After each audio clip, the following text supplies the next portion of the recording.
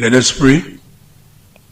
Almighty God, who in thy infinite wisdom and providential goodness has appointed the offices of rulers and councils for the welfare of society and the just government of man, we beseech thee to behold with thy abundant favor us thy servants, whom thou hast been pleased to call to the performance of such important trusts in the Commonwealth of Dominica. Let thy blessings descend upon us here in this Parliament assembled, and grant that we may, as in thy presence, treat and consider all matters that shall come under our deliberation in so just and faithful a manner as to promote thy honor and glory, and to advance the good of those whose interests thou hast committed to our charge, all which we ask in the name and for the sake of our Lord and Savior, Jesus Christ. Amen.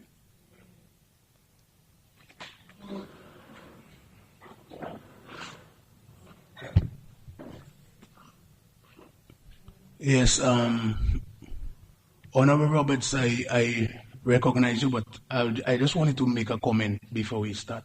So you can take your seat.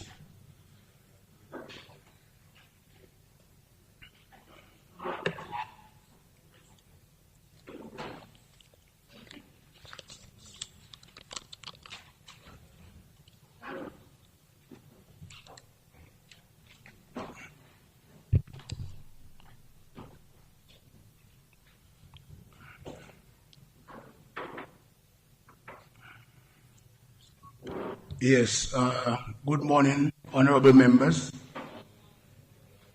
I think for the past couple of days, the debate has went well, I think, back and forth, nice interaction. However, I see the opposition leader is coming in, so I'll pause so I can make my comment. Yes, so as I was saying, I think for the past couple of days, we have had fruitful debate, back and forth. Members get extra time on both sides.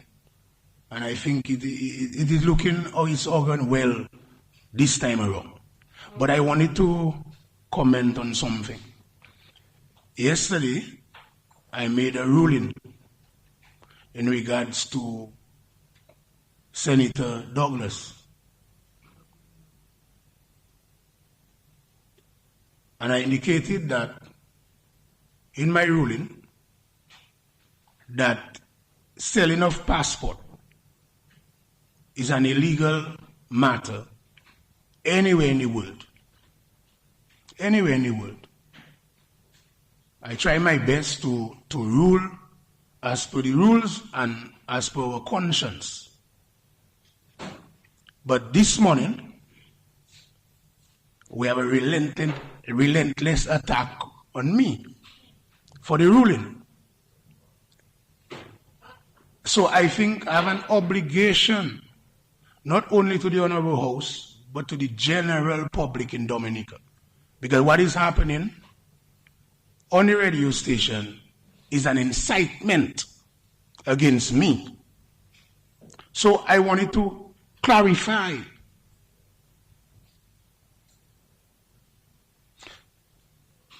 So when I heard the attack this morning, I decided to do a search on Google. And I'm asking all members in this honorable house and all Dominicans here and overseas to do a search and do research on investment, citizenship by investment in the USA. Citizenship by investment in the USA. So when I did the search, what came up was, and you can, some of you might have your phone, we can do it. So every person who is listening can do it. When you search citizenship by investment in the USA, the first thing that comes up is US immigration by investment, and below it says green card by investment. Then it goes and it just gives options where it says investment requirements and view projects. And it is very similar to Dominica. No one says the US is selling green card. Because it is illegal to sell green card.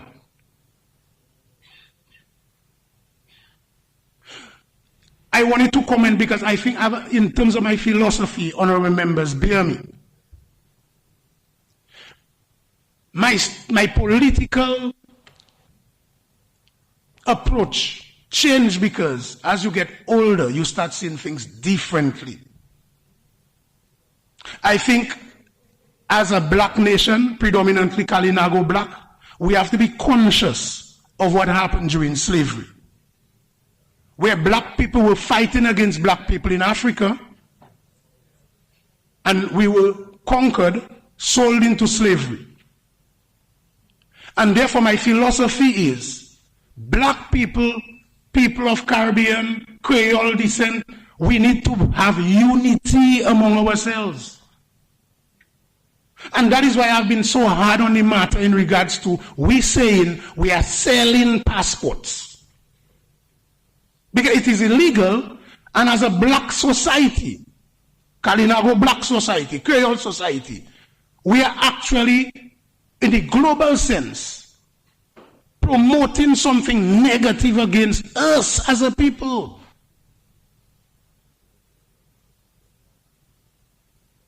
And that is why I have said that. I will address it maybe in the media one of these days. But I'm saying as black Kalinago Creole people, we have to be careful what we utter in the House of Parliament.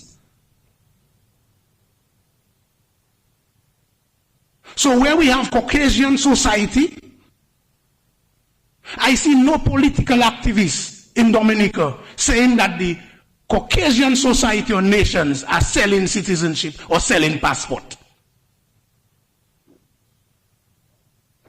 But as a Caribbean people, we are perpetuating that we are selling our passport, which is illegal. So I want all members to search their conscience and ask yourself, if it is illegal to do it in any country in the world, why would you come to Parliament to say that your country is selling passport when under that program, this is the biggest revenue generating initiative? So a clipping anywhere in the world would say that the member of such and such or the minister of such and such or opposition member said that we are selling passport. Would you like that for your country? And finally, remember this program in terms of citizenship by investment started in the Eugenia Charles regime. But no one said it was selling passport at the time. Then the United Workers' Party re-engineered the program. No one said, including members of the United Workers' Party, no one then said it was selling passport. And now it is the Labour Party administration. I think no one should still say, they should never say, we are selling passport. We might have different views on how the program should be run, but we cannot come to the Honourable House and be saying things which are illegal to do in our country, and then the Speaker would allow it to pass. I just wanted to indulge the Honourable members in my thought and why I've ruled on it before this 11th Parliament. And the person who is trying to perpetuate the incitement was in the House, and I ruled against him in that matter many times. You on the opposition side, you were here for the last couple of days. You could see how I try my best to be balanced. I've been balanced. I hardly interject.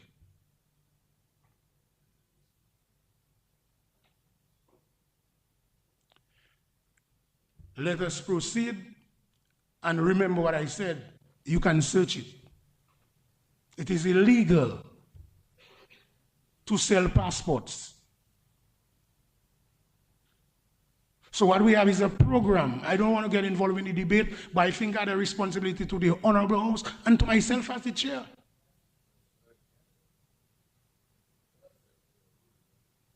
And then they call different people who were speakers of the House, which all of them we admire, but what they did not say, at the time the politics had a positive camaraderie,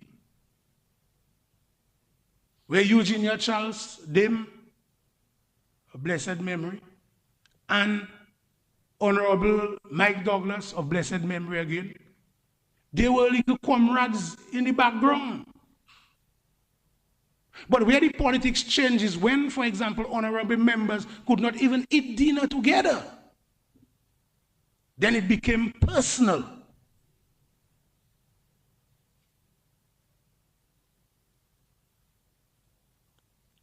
But I'm not going to sit down in this country and let people denigrate my name because of politics.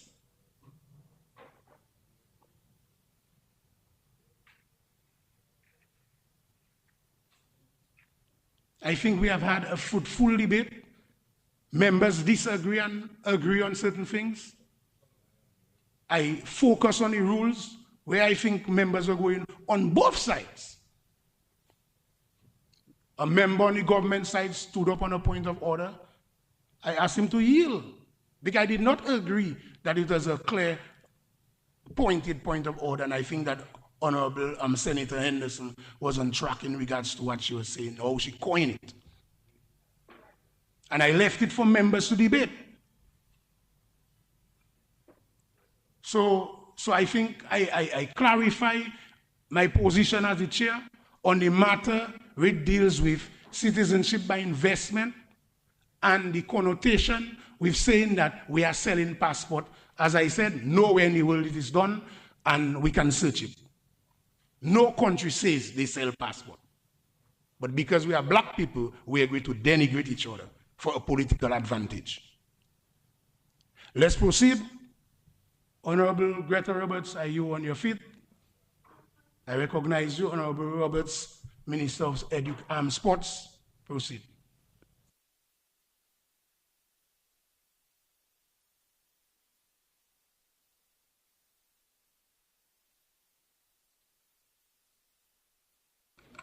My mic is off? It's on now. Okay. Okay, so I said thank you before. And as you made mention of black people and slavery, today is the 1st of August. So I would like to wish all Dominicans happy Emancipation Day. So fitting. Mr. Speaker, as always, thank you for the honor and privilege extended to me to rise in this honorable house to support this year's budget. A budget, Mr. Speaker, so aptly themed, properly describing what this government is seeking to achieve on behalf of the Dominican people. And Mr. Speaker, I forgot, permit me to make reference to my notes. Permission granted. Before I delve into my presentation, Mr. Speaker, I wish to echo the sentiments of my colleagues in extending congratulations to our new Minister of Finance on the presentation of this budget. Permit me also, Mr. Speaker, to convey warm greetings to my constituents, the people of Grand Fort, Monjon, Rivière-Syrique, Fouéal, and Tefem, those within and out of the constituency who have provided me with yet another opportunity to be of service to them. I owe them a debt of gratitude for being the loving and understanding people that they have been, and I want to reassure them that we will work with them to bring further development to the constituency. Mr. Speaker, with this year's budget presentation, we have understood clearly that if we are to adapt to this current global environment that threatens our socio-economic fabric, national interest must be at the forefront of our decision-making.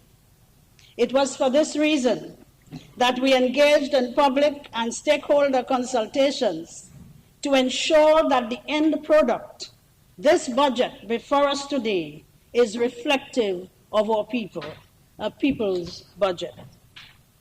Despite the challenges This budget offers hope to all Dominicans, hope for a brighter future. Every citizen who is honest and objective will agree that we hold a track record of caring for our people. We have never wavered in our commitments, and as a government, we have maintained composure in the face of challenges, ever conscious of the fact that we have made promises to our people, promises we kept, and promises we intend to fulfill. So we are not daunted, since we are confident that with sound leadership, we will continue to exercise prudent economic practices as has always been done in spite of our limited resources. Dominicans are in safe hands, Mr. Speaker, with this Dominica Labour Party government. We are pursuing a national reset because we are confident that resetting ensures that our social programs in support of our elderly and vulnerable remain a priority. Resetting ensures that the housing needs of our citizens, our youth, and our young professionals will be met. Resetting opens doors for farmers and fisherfolk. And resetting, Mr. Speaker, will bring further development to our health, education, and tourism sectors. This reset is geared towards the continued betterment of the people of Dominica in every facet, every sector. Mr. Speaker, the future is an unknown entity, and the continued prudent management of our limited resources is a call to action for public service, the main provider of essential services. As the former Minister for the Public Service, it is heartwarming to note that this budget caters to the needs of our public officers, and that in this budget we will see an increase in salaries and the upgrading of positions for the majority of our public officers, something I know that our officers are looking forward to.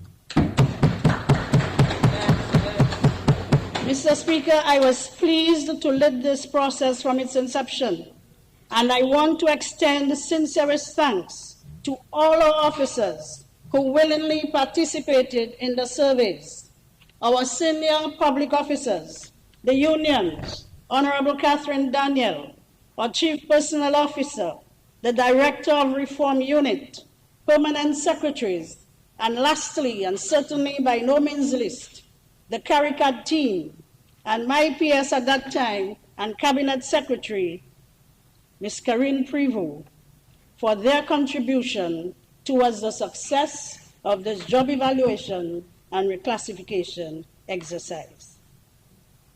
Mr. Speaker, I wish to add that this September we will see the implementation of the first phase of this exercise, but government is committed to continuing this and other initiatives to support public officers and improve the delivery of services to the public. Mr. Speaker, I now wish to focus my attention to the Ministry of Culture, Youth Sports, and Community Development, a ministry that I hold dear to my heart, since this was the same ministry once headed by my dear mother. And so, along with my friend and colleague, the Minister of State, Honorable George, we intend to do our utmost to have a successful term of office. I almost teared up, Mr. Speaker, I'm sorry. Mr. Speaker, this ministry encompasses 7 departments, and every aspect of the portfolio, whether it be sports, youth, culture, community development, cooperatives, or postal services, is geared towards the upliftment and transformation of the lives of our people. So this ministry can really be called a people's ministry as well. Mr. Speaker, as a government, we understand the importance of youth to our country's development, and we take great pride in investing in our youth. Our aim is to ensure that the young people of this country are placed on a path to personal and professional success. My colleague, Honorable George, has done an excellent job highlighting the work of the ministry in the area of youth and sports. So I would just like to remind them of the many opportunities available to them in education, in agriculture, in skill development. And Mr. Speaker, I pause at this time because 58% of the young people who participated in our Skills Youth program are all employed at this time. These were unemployed youth who came to take in that skill development program, and they are now employed. 58%, more than half, are now employed, Mr. Speaker. This is good stuff. Yes, housing, the 40 and under, and this continues for those who are listening. Enterprise development, the National Employment Program, and of course, sports. And I want to implore all the youth to take advantage of the opportunities that are available to them. I also wish once again to applaud the work of some of our outstanding athletes, Alicatanas, my student, everybody I'm talking about Alicatanas, I have to take something too. I was a past student. Okay, look, my family on the side there. But it was a past student of mine too. Kevin Hodge, Thayer Laffer, young Stephen Pascal, another student of mine, and Ajani Samuel.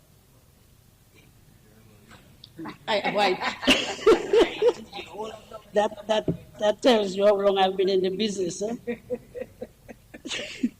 I salute them all, along with all the other sportsmen and women who continue to make us proud in this country. Mr. Speaker, sports development is on the rise, and the world is hearing, looking, and listening. Just last week, Mr. Speaker, we received a container of sporting goods and equipment from our friends in Switzerland. Mr. Speaker, they wanted to assist in the promotion and development of sports. They wrote a letter to us asking to send an officer, all expenses paid, to come to Switzerland to select. They're not just giving it to us, to select the equipment, the supplies we need, so they can load a container of supplies. No, it's too late for that. It has arrived. It has arrived, so the officer went. Honorable George and I didn't go this time. It has arrived, sir. It's on the port. We have cleared it, and we are going to do our inventory, and then we'll have our handing over ceremonies to the various sports groups, schools, and all other people involved in sports on the island. Don't forget you? Don't forget Moses. No, I won't. I wish to thank wholeheartedly our sports coordinator, Mr. Trevor Shillingford, our sports officers at the Ministry of Sports, our youth sports officers who are at schools assisting us with sports, the president and committee members of the various sporting organizations around the island who work above and beyond the call of duty to develop sports in Dominica. Let me also thank our Chief Youth Development Officer, Mr. John Roach, and his team of officers at the Ministry of Youth.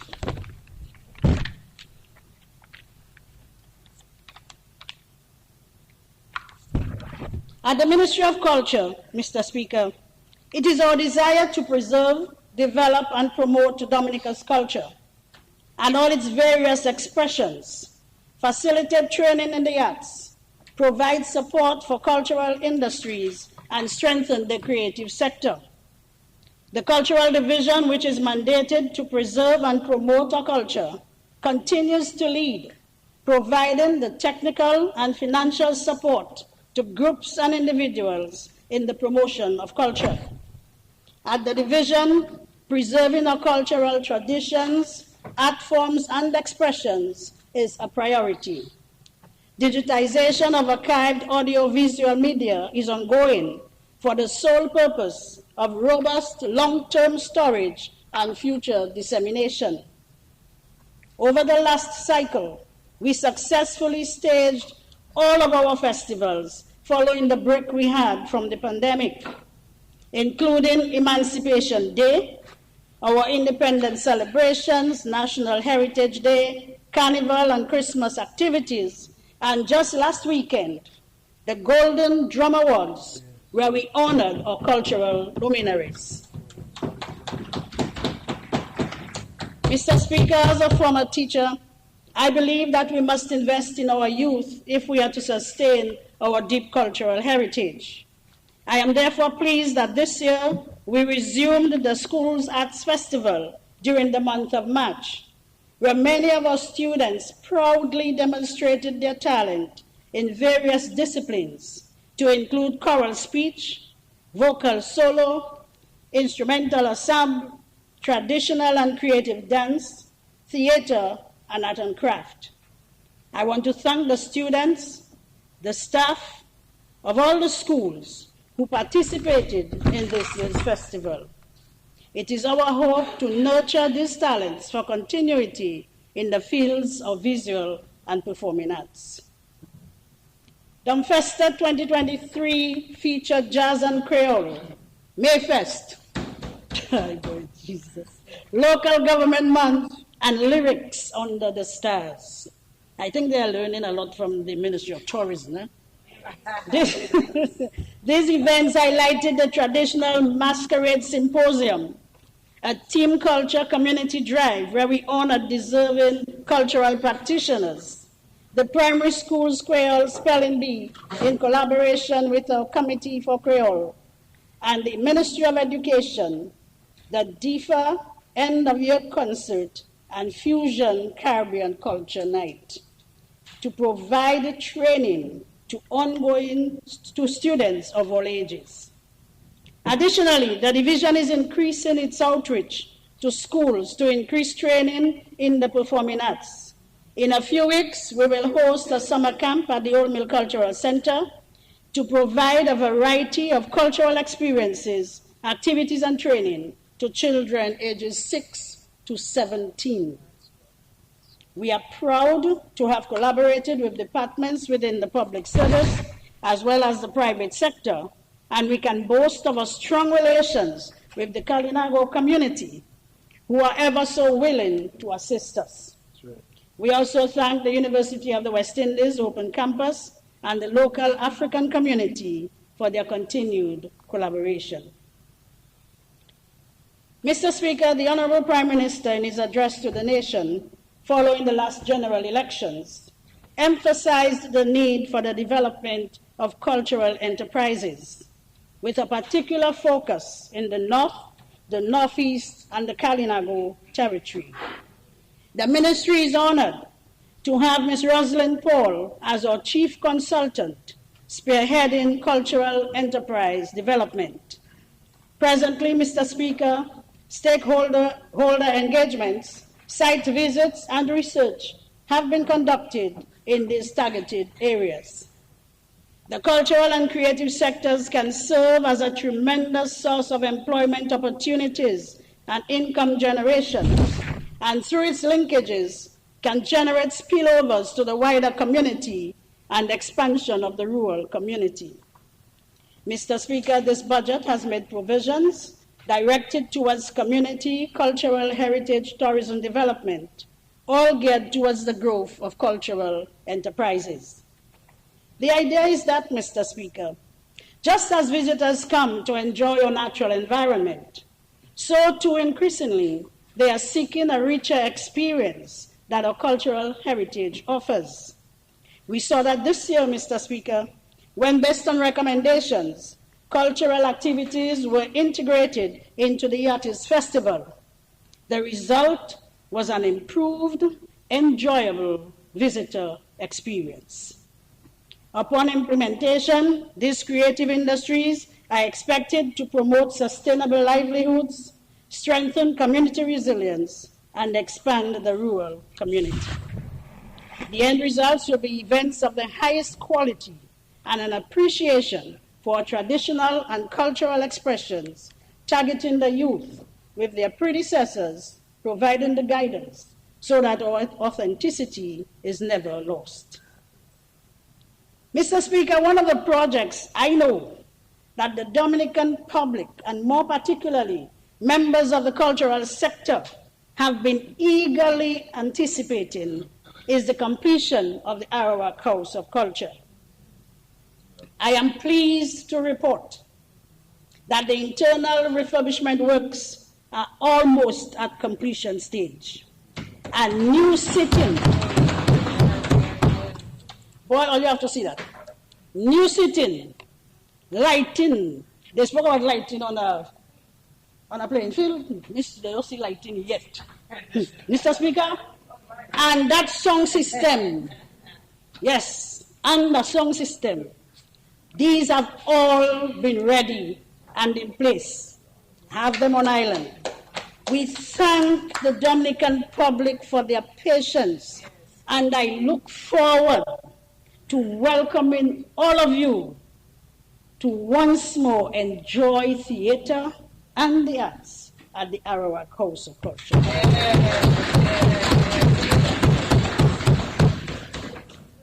Mr. Speaker, we cannot operate in isolation. And just as organizations and businesses are called to take up corporate and environmental responsibilities, we advocate also having a cultural responsibility, enhancing and promoting our cultural heritage that we hold so dear. At this time, I wish to thank our Chief Cultural Officer, Mr. Matthew, and the staff of the Cultural Division for their continued efforts at promoting and preserving our culture. Community development. Mr. Speaker, community development rests on the shoulders of the local government department, cooperatives, and the postal services. Local Government Month has been observed since 1989 and has been held annually.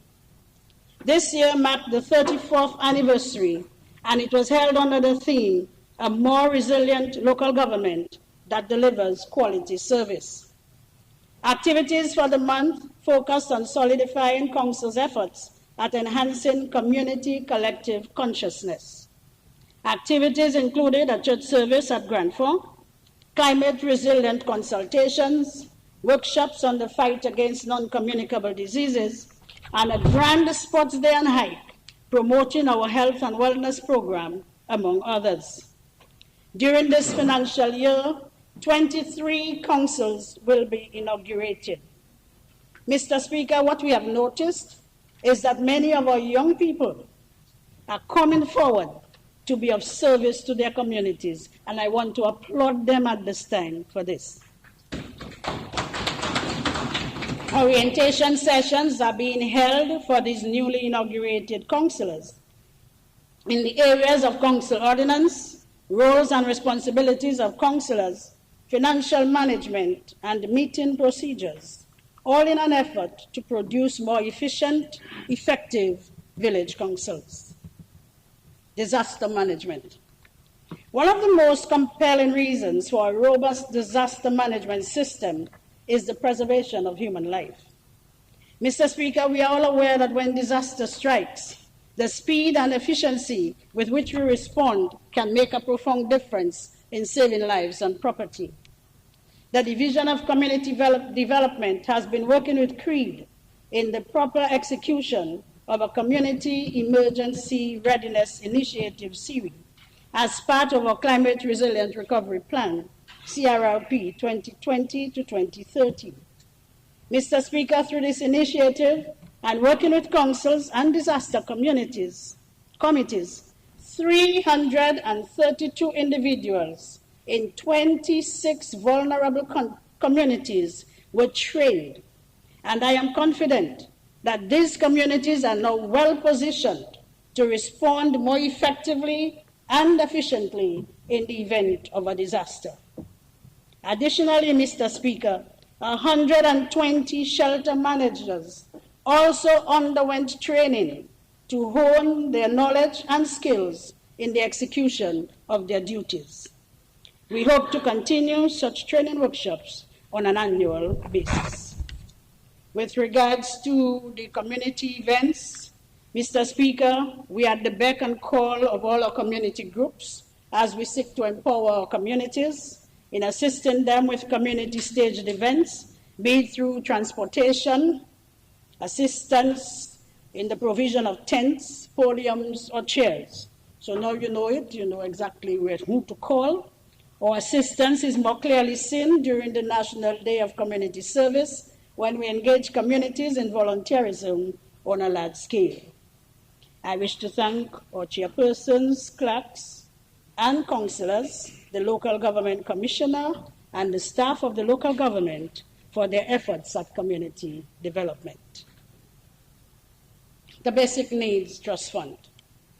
Mr. Speaker, the Basic Needs Trust Fund, BNTF, undertakes poverty reduction initiatives in communities by providing basic infrastructure and skills training, all in an effort to improve the livelihoods of beneficiaries.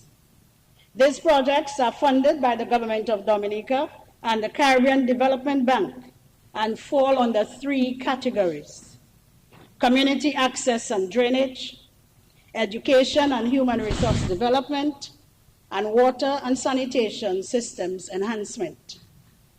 Mr. Speaker, BNTF 9 projects are now all complete, and all 7 projects were implemented at a total cost of $7,701,777.35. 2 of these projects, the DAPD and the Community High School Extension projects, were commissioned last year. The other 5 projects, Mount Prosper Primary School Security and Sports Facility Upgrade, the Cassiboo Secondary School Production Facility, the Woodford Hill Playing Field Upgrade, the Mount Prosper Water Supply, and the Grand Forks Storm Drain Project will be officially commissioned during the month of August and September. BNTF 10 will commence full implementation during this financial year, with 8 projects already approved by government. They include the Berean Christian Academy Extension, Trafalgar Basketball Court Upgrade, the Grand Bay Dubic Multi-Purpose Facility completion, the Scott's Head Village Fish Processing Facility, the Paybush Water Enhancement Project, Warner Tank and Deep Irrigation System, the Delices Playing Field Upgrade, and the Clifton Back Road.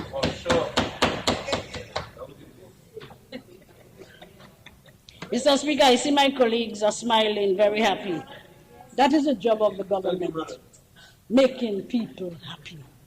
That's what we do. Mr. Speaker, these projects are projected at a cost of $7,629,048.02. These projects will no doubt have significant positive impacts on the residents and communities. Mr. Speaker, I must commend Mr. Carrott and the staff of the BNTF for their consistent effort to ensure that we continue to implement all of these community projects. Cooperatives. Mr. Speaker, cooperatives play a crucial role in the community development. They create employment, stimulate economic growth, and reinvest profits back into their communities, fostering sustainable development. This government acknowledges the importance of cooperatives in our community and have worked to provide the necessary legislative, technical, and policy support needed. Just earlier this year, a team representing the International Labour Organization held consultations with all of our cooperatives across the island to evaluate and provide technical assistance to our cooperatives in an effort to strengthen our sector. I thank the staff at the Cooperatives Division for providing the necessary support to all our cooperatives across the island. At this time, let me offer sincerest thanks to the Permanent Secretary of the Ministry of Sports, Mr. Lucian Blackmore,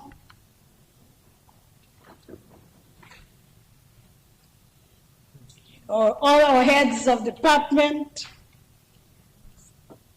junior clerks, and every other public officer within the Ministry of Culture, Youth, Sports, and Community Development for a job well done during this year. Mr. Speaker, I now move to my constituency. Last December, the people from Mount John and Riviera Civic constituency, to include Grand Fort Foyal and Tefem, once again agreed that the Labour Party was indeed the best choice, giving me yet another opportunity to represent them in Parliament. I wish to thank them once again for this honor bestowed upon me, and once again to give the assurance that this Labour Party government will work to ensure that the plans and programs earmarked for this constituency in this budget will be achieved during this term of office. Mr. Speaker, I refer to some of what has taken place in the past few months. You may have heard of the National Employment Program countless times during this budget, Mr. Speaker, but it is worth mentioning.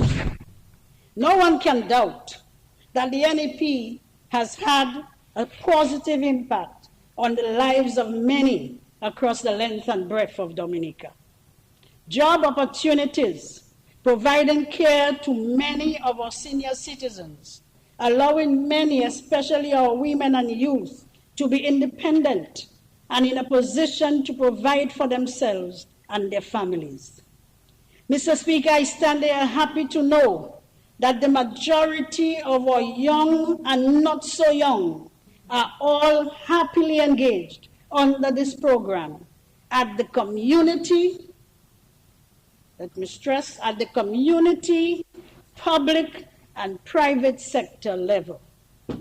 Every month, as was disclosed by the Prime Minister in his speech last night, over $150,000 comes to this constituency alone.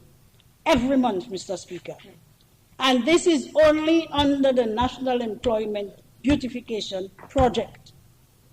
We are all aware that job creation is the cornerstone of a thriving and prosperous community.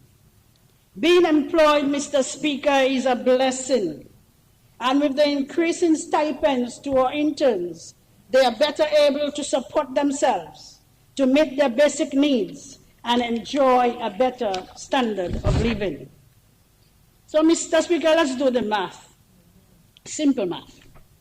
Can you imagine that in one household, where 4 people are engaged under this program, a whopping $4,000 goes to that house alone every month?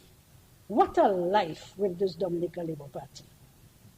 I want to commend and thank all the interns and the supervisors who are working in this beautification project, who always look back with pride at the work that they are doing in the community. Mr. Speaker, I appreciate the work that they do. We have placed them now on the Boadiab to Rosalie Road to take up that road maintenance project that we had. And Mr. Speaker, when I drove up, all I could say was wow. What a wow. Mr. Speaker, they are doing an excellent job. They are transported from Grand Fort every morning, Rosalie, Riviera Civic and Mount John, and they go all the way from the Casabos Junction, and they're heading all the way to Rosalie. And Mr. Speaker, but you were there last week. You saw that. You see, all of you trying to say that the speaker from Kings Hill, the speaker from there. You see, the Bible says a man may leave his mother and father. So it goes, right? You went right to Grand Fort. to choose one of our beautiful women to have as your wife. So you know about Grand Forces. Thanks for making a good choice. Yes. I must commend Ms. Joellen Jono, Carlos Williams, our supervisors, Juanita Lawrence, Teresa Dangleben, Edwina Hippolyte, and John Suzette, because it's a large group, for doing a fantastic job at getting the work done.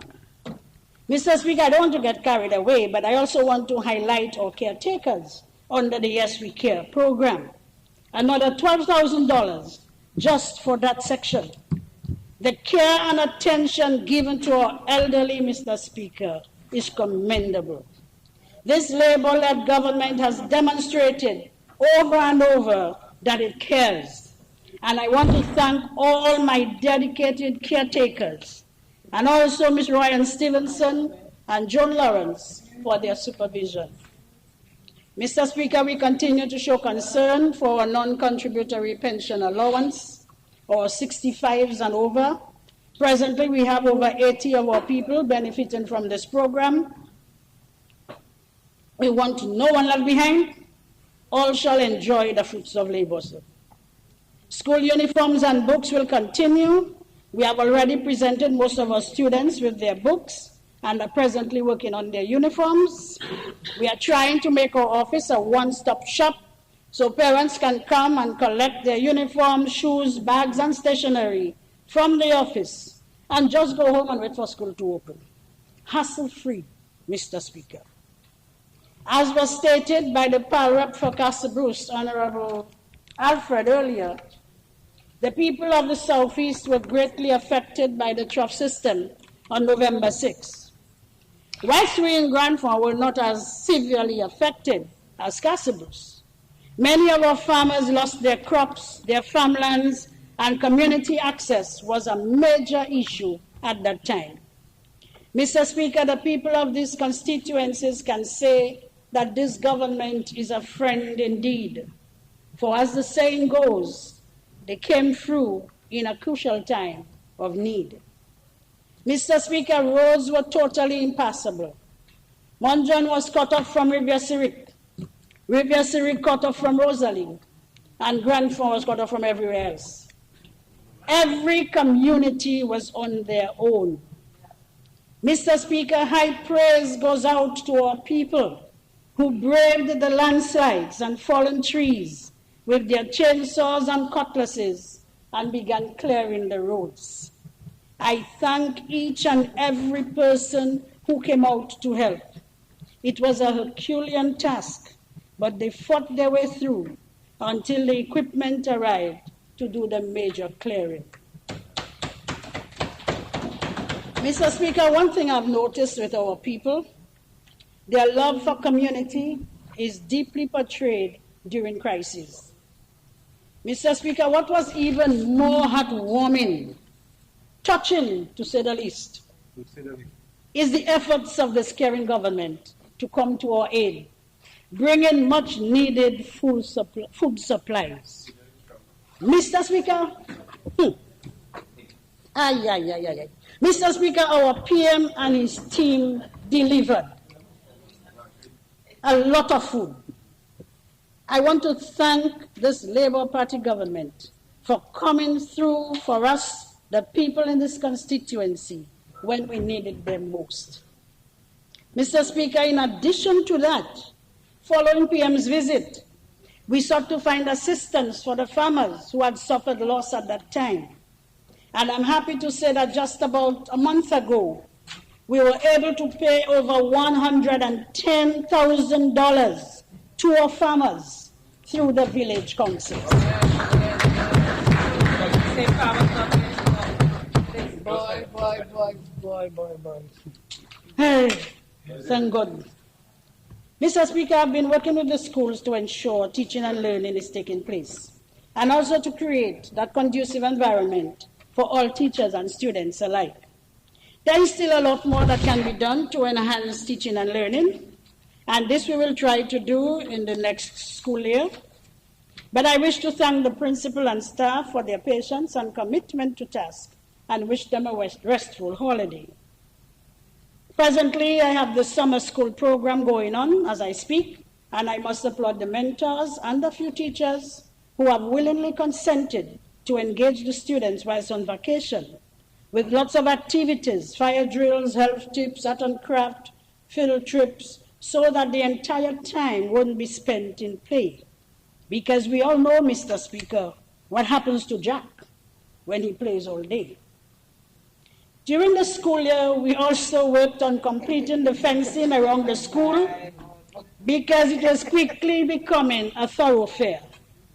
We have also engaged a few people under the NEP to work on our school garden. I must boast, Mr. Speaker, for our farmers are doing an excellent job. And despite the fact that schools are closed, they report every day, watering, weeding, planting, since our goal is for self-sufficiency. The garden can supply the school's feeding program. So we have planted our vegetables, seasoning, pawpaw, bananas, plantain dashing, just name it, everything. We are teaching our children to grow what they eat. I want to thank the Chinese Agricultural Mission who came to assist us with our greenhouse and seedlings. And of course, heartfelt thanks goes to Mr. Johnson Drygo, a man, Mr. Speaker, who has gone over and beyond the call of duty to make this school garden a reality. I also want to thank our school farmers. Well, they're working in the garden, so I call them farmers. Young people, Noelina, Kensha, Foster, McCartney, and the brigade for working diligently to have a garden ready for September. Mr. Speaker, it's our intention to start our chicken farm right there, since we have available land space, so we can provide fresh chicken to the kitchen as well. I have spoken to the Minister of Agriculture, and we have agreed that we will get the materials that we need to start off our program. Thank you, sir. Let me at this time say a big thank you to the cooks who also worked very hard to ensure that food is readily available and prepared for our students. Sports. Mr. Speaker, sports, as we know, is what brings communities together. And you and I both know that the Southeast is the place for sports.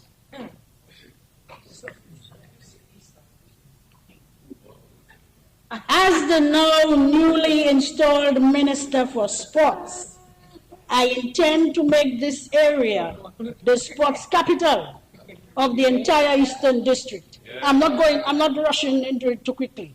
Eastern District first, and then we'll take over the country. No bones about it, Mr. Speaker. By now,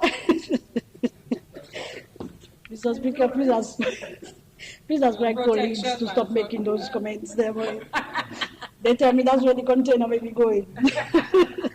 By now, everyone knows how the Southeast football team has dominated football. Shakira, I expected you to be cheering, man. Mr. Speaker, but Shakira is somewhere else, you know. It's defeat, man. Mr. Speaker, we are the champions. There's nothing we can do about it. And just last week, I handed over a check of $20,000 to enable them to travel to St. Kitts as Dominica's champion team. Yes, Mr. Speaker. Let me check my time. They should have boarded the plane already, because they are at the airport today.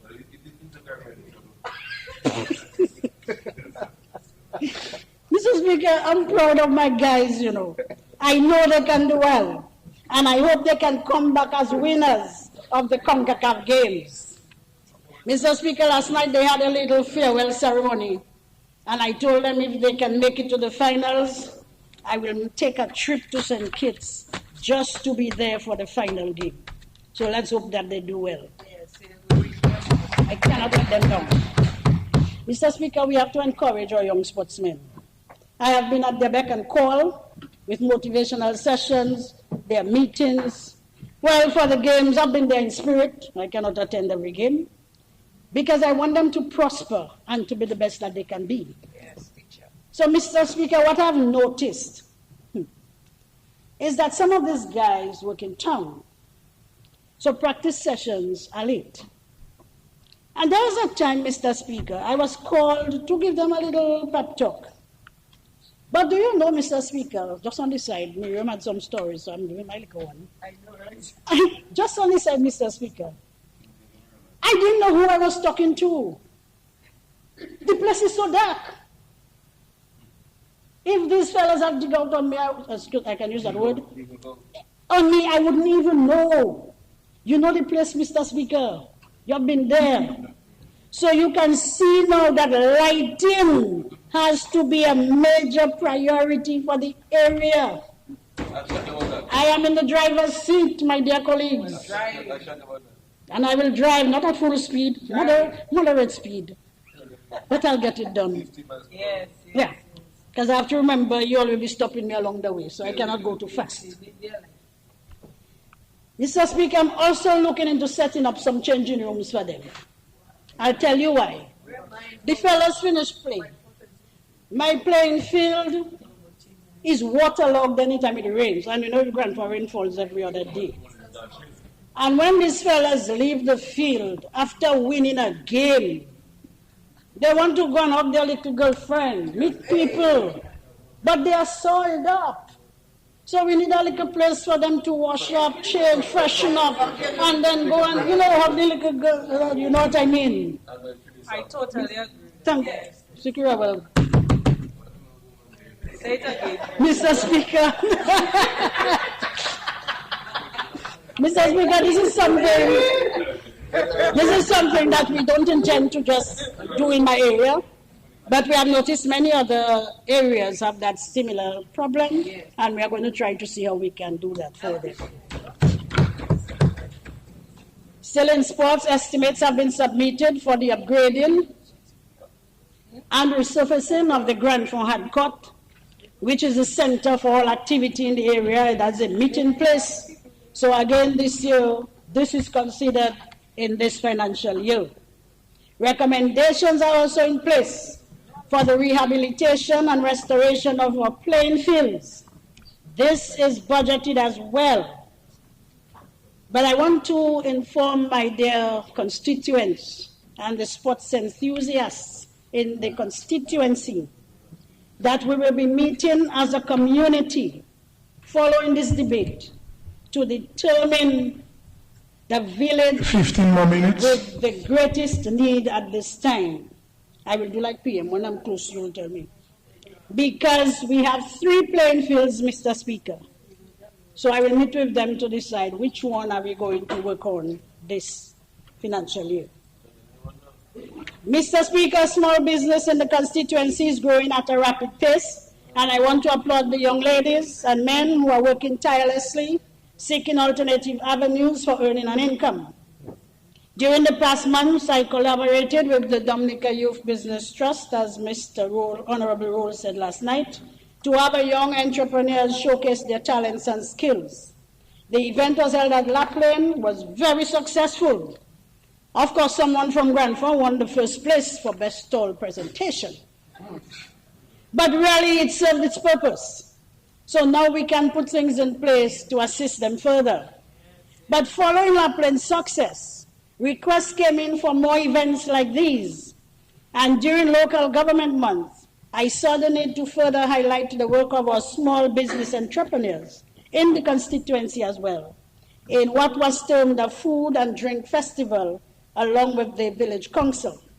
We sponsored this event, and this again was a major success. So now, Mr. Speaker, the reason for this was just so people know who they should go to, where they should go if they need something. So now I know exactly who to contact when I'm in need of anything, be it for personal use or for catering services. So I know of Tessa's Cocoa, Janice's Delectables, Lester's Goat Water, Melissa's Pizza, and Kezra's Punch, to name a few. So you get the point. In both events, we prepared the business cards, we made flyers, a good way to earn some extra money for them, And it is our aim at the Ministry of Youth to keep in contact with them and provide further assistance wherever necessary. I thank Honorable Judge and Honorable Roll for assisting, attending, and interacting with the young people during these two activities.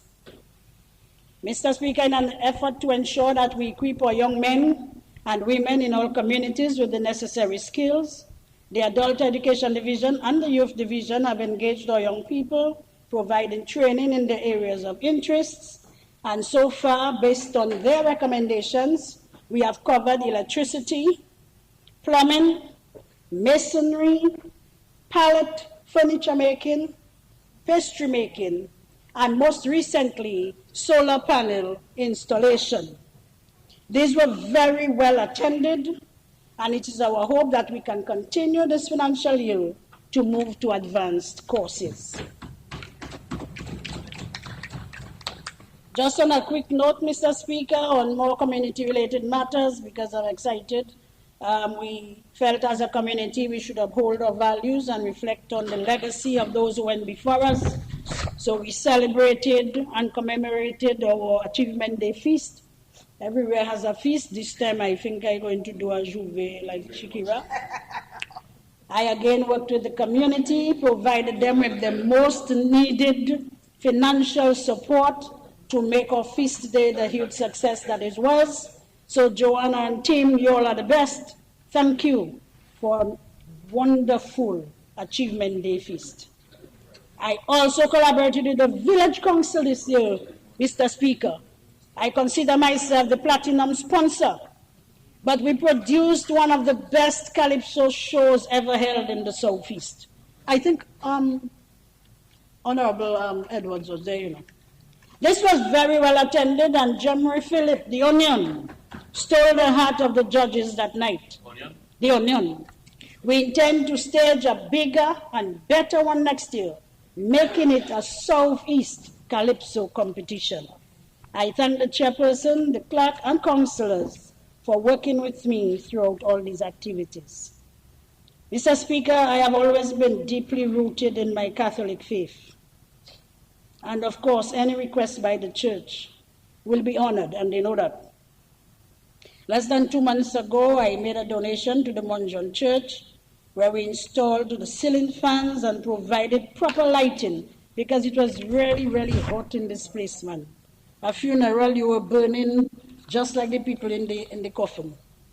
A well-deserved gift for them, Mr. Speaker. We are also in the process of rebuilding the village cross at the football show. It's hot, very, very hot. So you there in the church, you can't take it. Patricia. Mr. Speaker, don't try that, that's all. So we are trying to rebuild the village cross at the foot of the village, which was destroyed during Maria. I think it is of great significance to the spiritually inclined, since it serves as a reminder to them of how blessed we are as a people. So this I have agreed to work with the parish priest and get it done.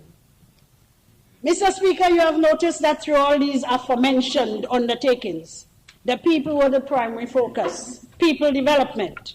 This, of course, does not take into account the numerous medical, funeral expenses, and personal assistance provided, since I consider these on a more personal level. However, with all this done, let us not forget that proper housing, adequate water supply, affordable health care, and improved educational opportunities can positively impact the quality of life of a people.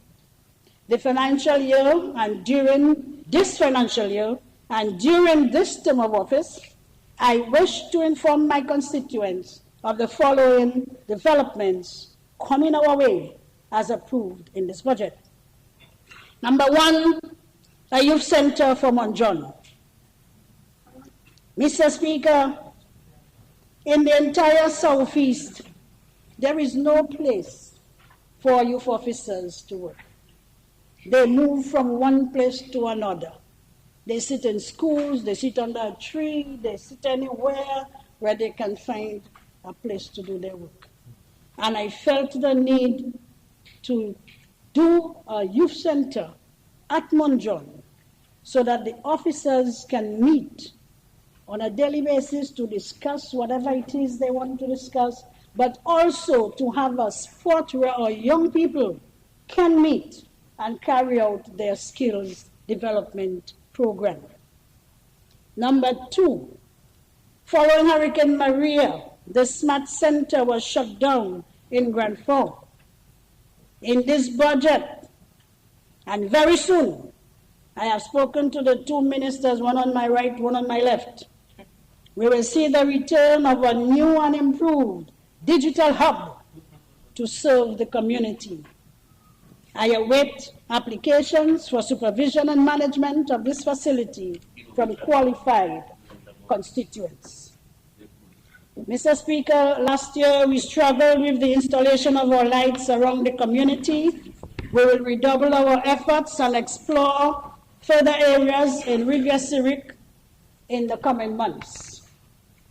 Our efforts at providing portable water supply to the village of Riviera Syriac and Monjon from Grand Forks is still on the cards. Again, the ministers to the right and the left.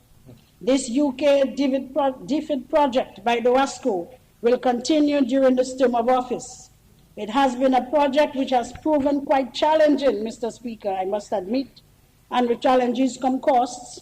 So it's quite challenging and costly, but we are determined to see it through its completion. Housing will continue, as stated in the budget, where we expect over 300 houses to be constructed around the island. I've always said in this cabinet that Grand Forks is not as bad as many other places, but not being as bad doesn't mean we don't need. So we have a few houses to complete and 1 or 2 houses to build. So this time I'm asking, and it is there, so Minister of Housing, I would be honored if you can assist us in completing our houses and giving the few people who need the assistance a new home. Guardrails. The trough system did considerable damage to our roads leading down to Rosalie and some portions of Riviera Syriac.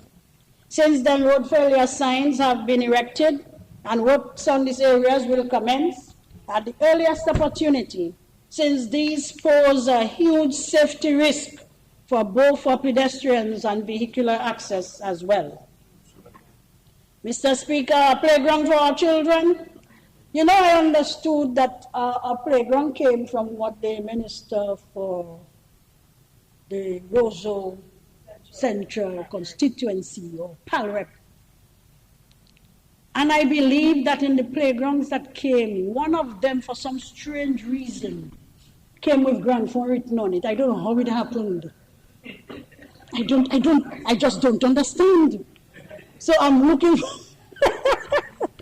forward, Mr. Speaker, to the erection of a little playground in Grand Forks. We have a lot of children, man. They would enjoy that. I've already identified a spot for it, so we can go ahead. Children, look out. We will be on the playground soon. Last and certainly by no means least, I know all ears are still glued because I've not said what people are waiting to hear.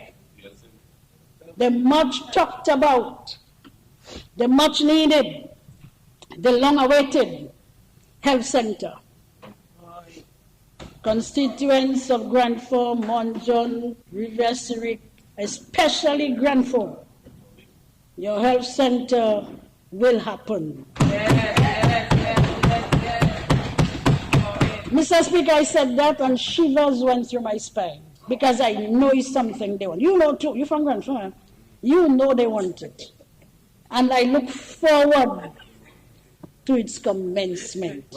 I want to thank the Prime Minister, Honorable Dr. Roosevelt Skerrit, and this cabinet that I'm proud to be a part of for considering us in a time of need. Thank you, Jesus. Mr. Speaker, 3 other projects of importance to the community are under review and we'll deal with them momentarily. The Rosalie Bridge, of course, which everybody knows. An alternative route for Monjon community as the road is failing fast. and of course the Grand Fond Community Resource Center. At this time, Mr. Speaker, I want to express sincere thanks to all my constituents who have come forward to give advice, to say a prayer, to have just a visit or a kind word. To my executive members and constituency groups for their support and encouragement, Nalisa Lawrence, Donald Coffey, and McCartney Robin, my newly installed presidents, let me remind you that we can do this together. Let us create a stronger, more prosperous, and compassionate community that we can all be proud to call home. At the national level, I wish to implore all our people to make a conscious decision to be part of this government's effort at reset. The success and prosperity of our nation depends on each and every one of us. Every single citizen has a part to play in surmounting the challenges we now face and create a brighter future for us all. Let us unite. Let us pool our efforts, creativity, and resources together and do whatever it takes to build our country. With these words, Mr. Speaker, I reiterate my fullest support of the 2023-2024 budget. I thank you.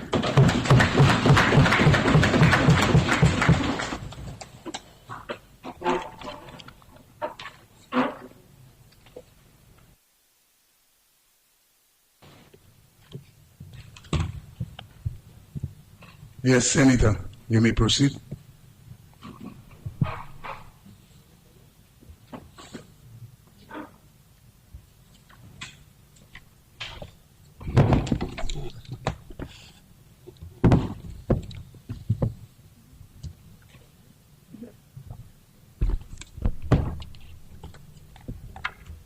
Mr. Speaker, before I begin, I would like to request permission to refer to my notes, please.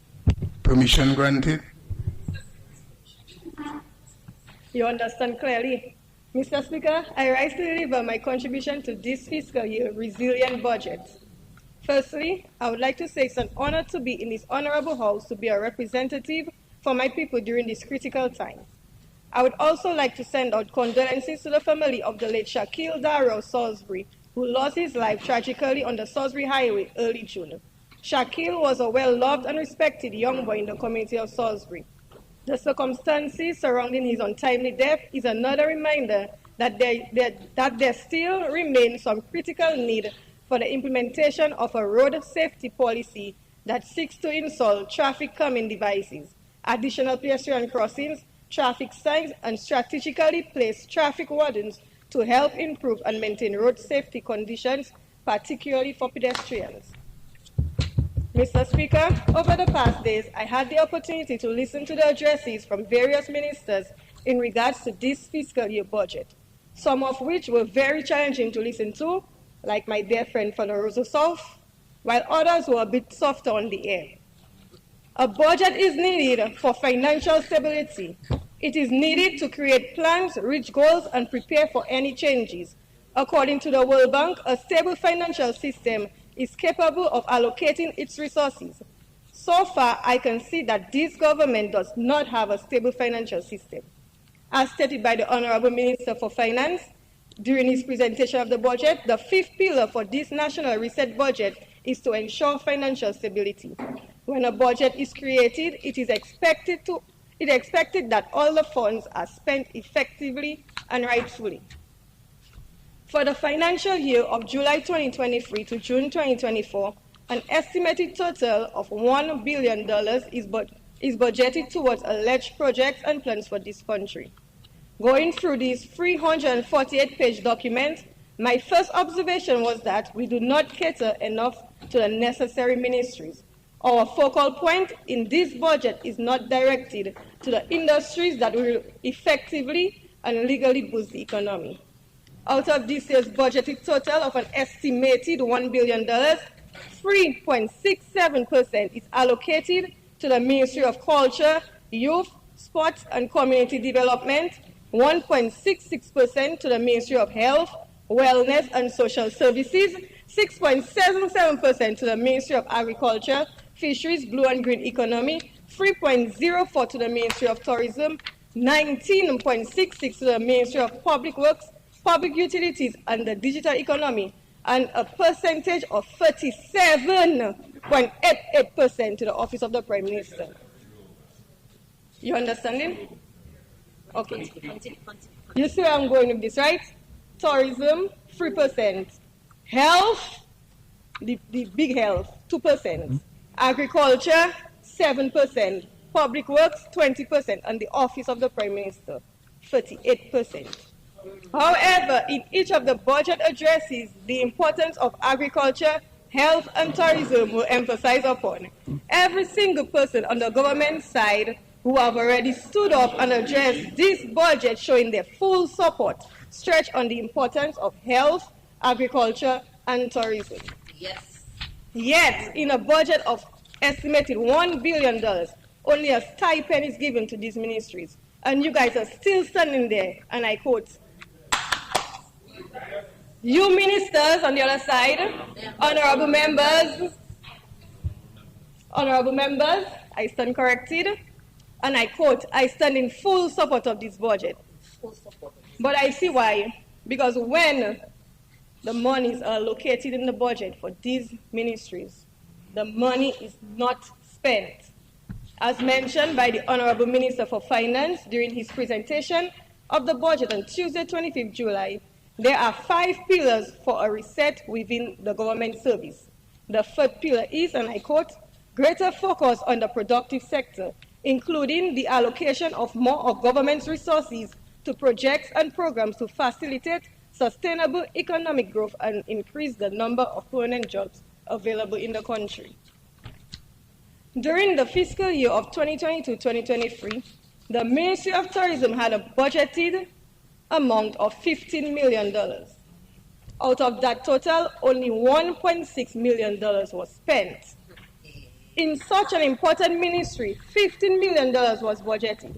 And you mean to tell me you're only spending $1.6 million of that total? So where is the 89% of that estimated budgeted fund? I listened to the Minister for Tourism speaking of all that has been done, all that's coming, and what I did not hear is one of the core values written in this budget book. Look that one. This one, on page 301, accountability. Yes, I. Where is the money? Now in this budget, we are asking for another $22 million stipend for tourism, a disrespected total for such a thriving part of the economy. So ask them for more.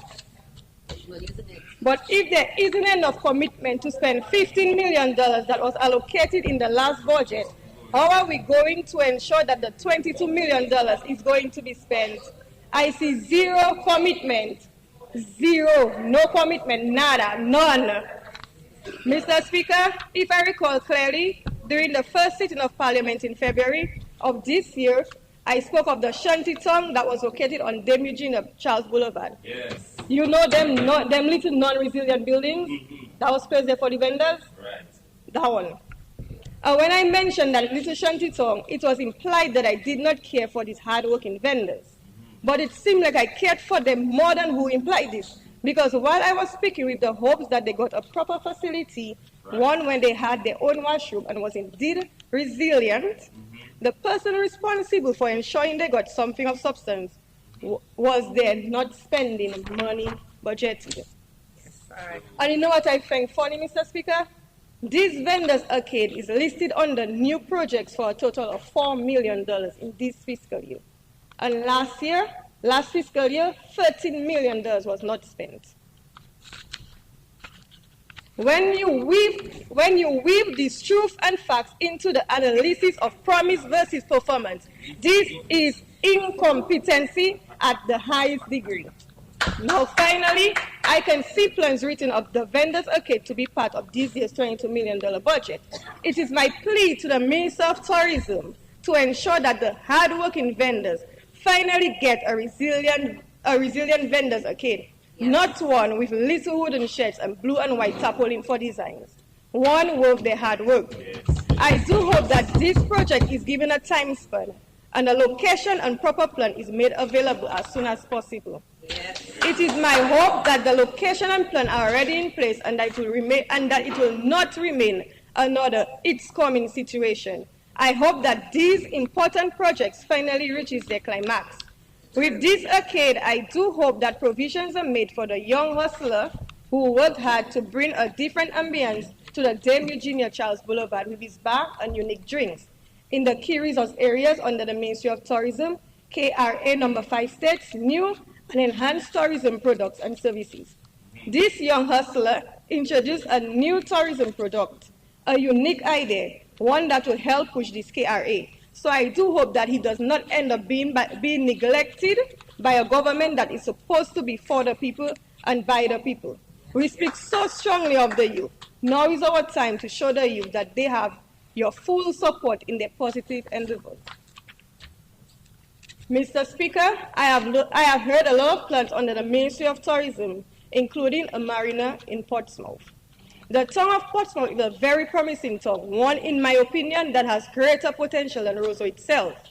So that marina you're promising the people of Portsmouth, ensure that they get it for me, please. Supple, I beg. Ensure that the 2 years time span Honorable Minister for Finance mentioned is kept. Your colleague, the Parrot for Portsmouth, has been working hard for a constituency. So work with her, help her to help them. Do not let this much-needed investment in the Portsmouth community be one with no beginning and no end, like many other projects. In this fiscal year, I do hope that the core values under the Ministry of Tourism be strictly enforced.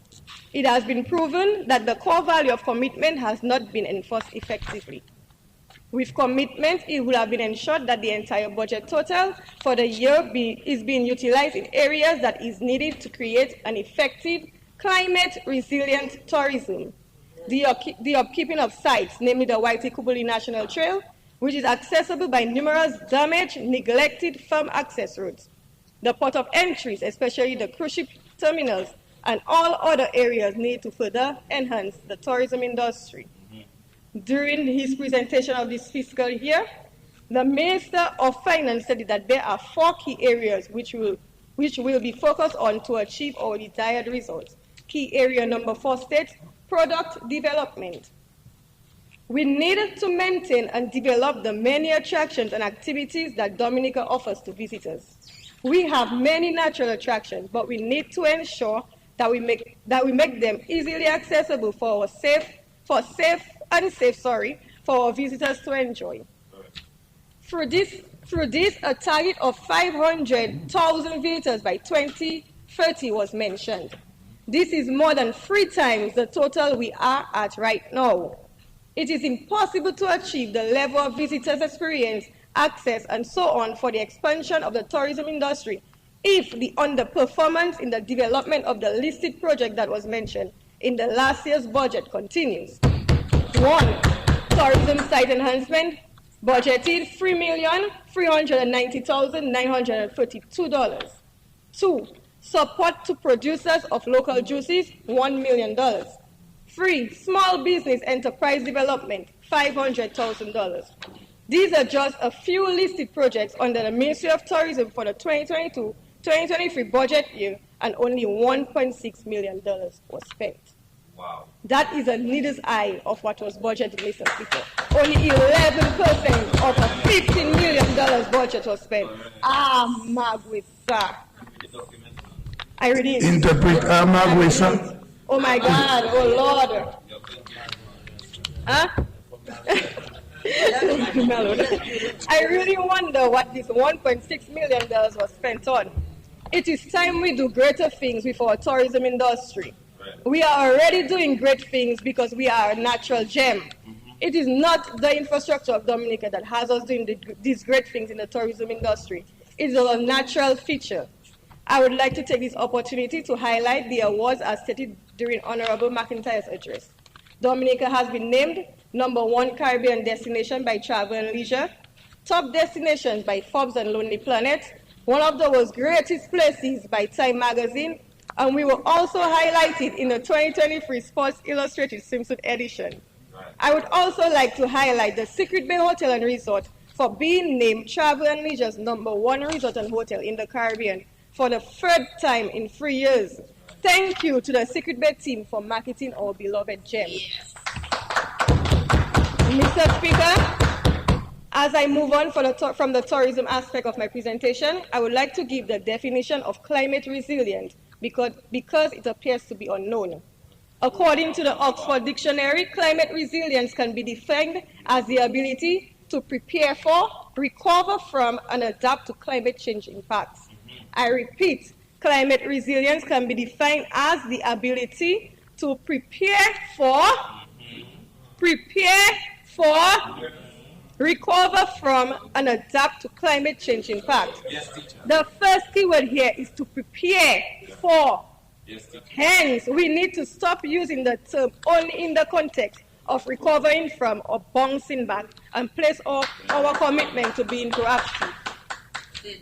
That means we should get rid of all these tarpaulins we keep using, because as I speak today, there is no such thing as a climate resilient tarpaulin. None. Moving on to the Salisbury constituency, Yes. the heart of Dominica. Mr. Speaker, during the presentation on Tuesday, it bothered me that in all the plans listed in the fiscal year, not one mention was made for the people of Salisbury, Montrachet, and Kulibistri. This troubled me, and I knew it troubled a lot of people from that constituency that were listening to the budget address, because a lot of them reached out to me. One resident of Kulibistri said to me, after listening to the ministers of housing speak of Kulibistri, and I quote them, "I give up on a better and safer Kulibistri." So, Honorable Minister for Housing, the people of Kulibistri need more than money for renovation of their homes. If we are really taking the term climate resilience seriously, we would not stand here in this house and speak of renovations of homes for the people of Kulibistri, an area that is recognized as a disaster-prone area. We should speak of the relocation of these villages or the building of a well-designed retaining wall. So, Honorable Minister for Housing, thank you for the renovation assistance, because the people in these homes are still living. Thank you for the renovation assistance. Thank you. So, Honorable Minister for Housing, thank you for the renovation assistance. The renovation assistance, the money, the cash. Because you're not giving us enough time, so I have to rush. Go ahead, Laurie. Honorable ministers. Yeah, honorable members, not all you. Yes. So, Honorable Minister for Housing, thank you for the renovation assistance. The people of Kulibistri in these homes are living in fear, and they do deserve more as citizens who contribute to the growth of this country. So let's go sit with the people of Kulibistri, listen to them, and stop complaining about the things we as a government are supposed to do for people. I am going to expand further on the struggles of the people of Kulibistri face. I heard the Minister for Housing spoke excitedly about FET, so I'm going to use FET to explain something further. The past weekend was the Fete of St. Anne. This fete was celebrated by the communities of Bath Estate, Maho, and Kulibistri. Bath Estate, big truck on the road for Juvie. Continue.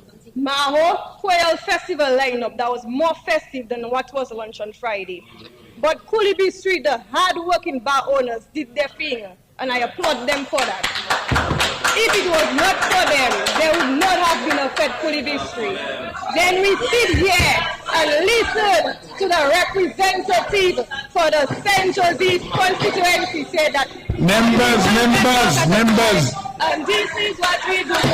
We listen when I talk to you. Please allow the senator to deliver. One can talk at a time, and this is how it goes. You listen. Senator. Thank you. But Kulibistri, the hard-working bar owners did their thing.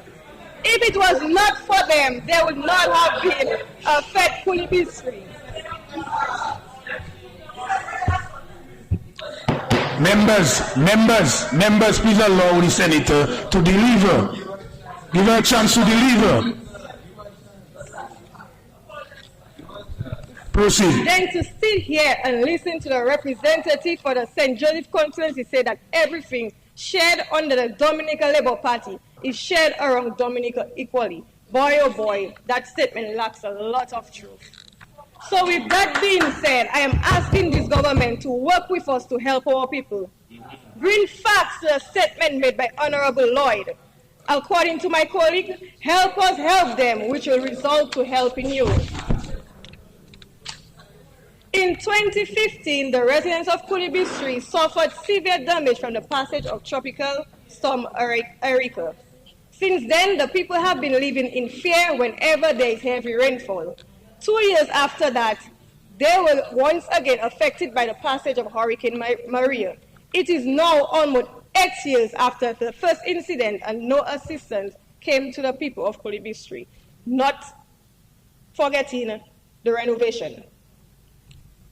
In the Honorable Minister of Finance presentation, he made mention of many projects to be done in this fiscal year. Plans for housing relocation, and plans for retaining river walls. However, there was no mention of any of these for the people of Kulibistri. My plea is to give the people of Kulibistri a little something in that $1 billion.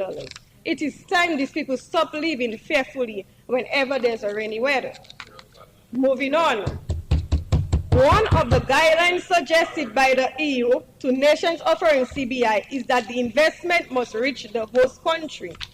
And when it gets there, it should not be diverted to account in any other country. So you know what these other people want now? A share of that CBI money. CBI this, CBI that. Give us our share. That big cake, CBI. That big cake. Give us a little piece in it. Not much, a little piece. Let us show. Let us show all you. Let us show the honorable members of this house how to use this CBI money and enhance the place. Let us show you guys, these honorable members, how to, because apparently they do not know. A promising community with many aspects, sports, tourism, health, and agriculture. We want to show you how to use that CBI money to boost your economy and uplift your people. To the Minister for Agriculture, on behalf of the people of Grand Savannah, I would like to say thank you for the beginning of the water irrigation system project. We would like to see the completion of this project and do hope it does not remain incomplete like many other projects. In the last fiscal year, $500,000 was spent on the Calm Road.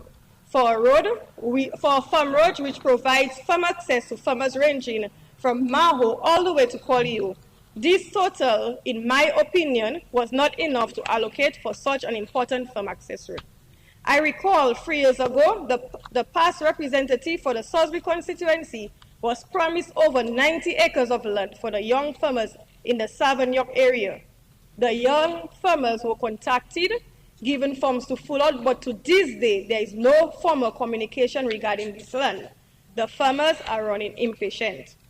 Mr. Speaker, during the Honorable Minister for Agriculture address, he mentioned a walkthrough plan for Wednesday in the Kahom, Cuba Road area. What he did not do was extend an invitation to the representatives of the Salisbury constituency to join that tour. Further recommendations to the Minister of Agriculture: take a tour to the Guamon area, the Petit Makushri, Monrachet Heights, and other farm access roads in the constituency of Salisbury also. Then ask the former Minister of Agriculture for the $27,010,298 he failed to spend during the last fiscal year, and help the farmers get proper access to the road. Honorable Roland, you have shown a passion for agriculture, and the people are depending on you to save this industry. Do not let them go. To the Minister of Health, when we are really ready to compare Dominica healthcare system to that of other countries, let's take a look at the construction of a polyclinic in the community of Salisbury. A polyclinic is a clinic where both general and specialist examinations and treatments are available to outpatients. Because of Salisbury's central location between the town of Portsmouth and Roseau and its fast-growing population, a bigger A bigger health facility like a polyclinic is a necessity in the improvement of our health system. To the Minister of Sports, the community of Salisbury has been blessed with some of the top athletes also. Over the weekend, two of the members of the Salisbury Sports Committee emerged first place in the Windward Island School Games held in Grenada. The Sports Committee has held successful sporting activities in the community, from the road race to the football tournaments. Salisbury is doing great things in sports. To further facilitate those sporting activities to assist the youth, we need proper sporting facilities in Salisbury. The former Minister of Sports once gave a commitment in Parliament to give the Salisbury playing field priority for enhancement. He is no longer the Minister for Sports, and the playing field is still awaiting that commitment. Also, the basketball court, which has hosted many big basketball games in the 1990s, is in dire need for assistance. Help keep sporting alive in Salisbury. Yes. Minister for Tourism. The village of Salisbury has one of the most beautiful beaches on the West Coast, one with adequate space and scenery to become a top tourist beach destination. In 2014, a plan was made to enhance the Salisbury beach to make it accessible to the cruise passengers. Correct me if I'm wrong, I believe that enhancement was moved to the Mero Beach instead. Further plans were made to enhance the beach even after with a river retaining wall, but due to circumstances and plans deemed more important, this didn't happen also. This beach is slowly becoming one of the top favorite beaches on the West Coast, as many people are becoming aware of it. This beach benefits the Sunset Bay Club, the Stone Edge Hotel, the Tamarind Tree Hotel, and the soon completed Tranquility Beach Resort. This beach has a bright future and will enhance the tourism project. So my plea to you, the Minister of Tourism, come take a walk on the Salisbury Beach. Yes. Ensure you use your entire budget this fiscal year. If you are going to ignore some plans that we did in the past budget, then allocate the money somewhere else. Come work with us to enhance the soon-to-be best beach on the West. Moving on. Mr. Speaker, not enough is being done. 5 more minutes.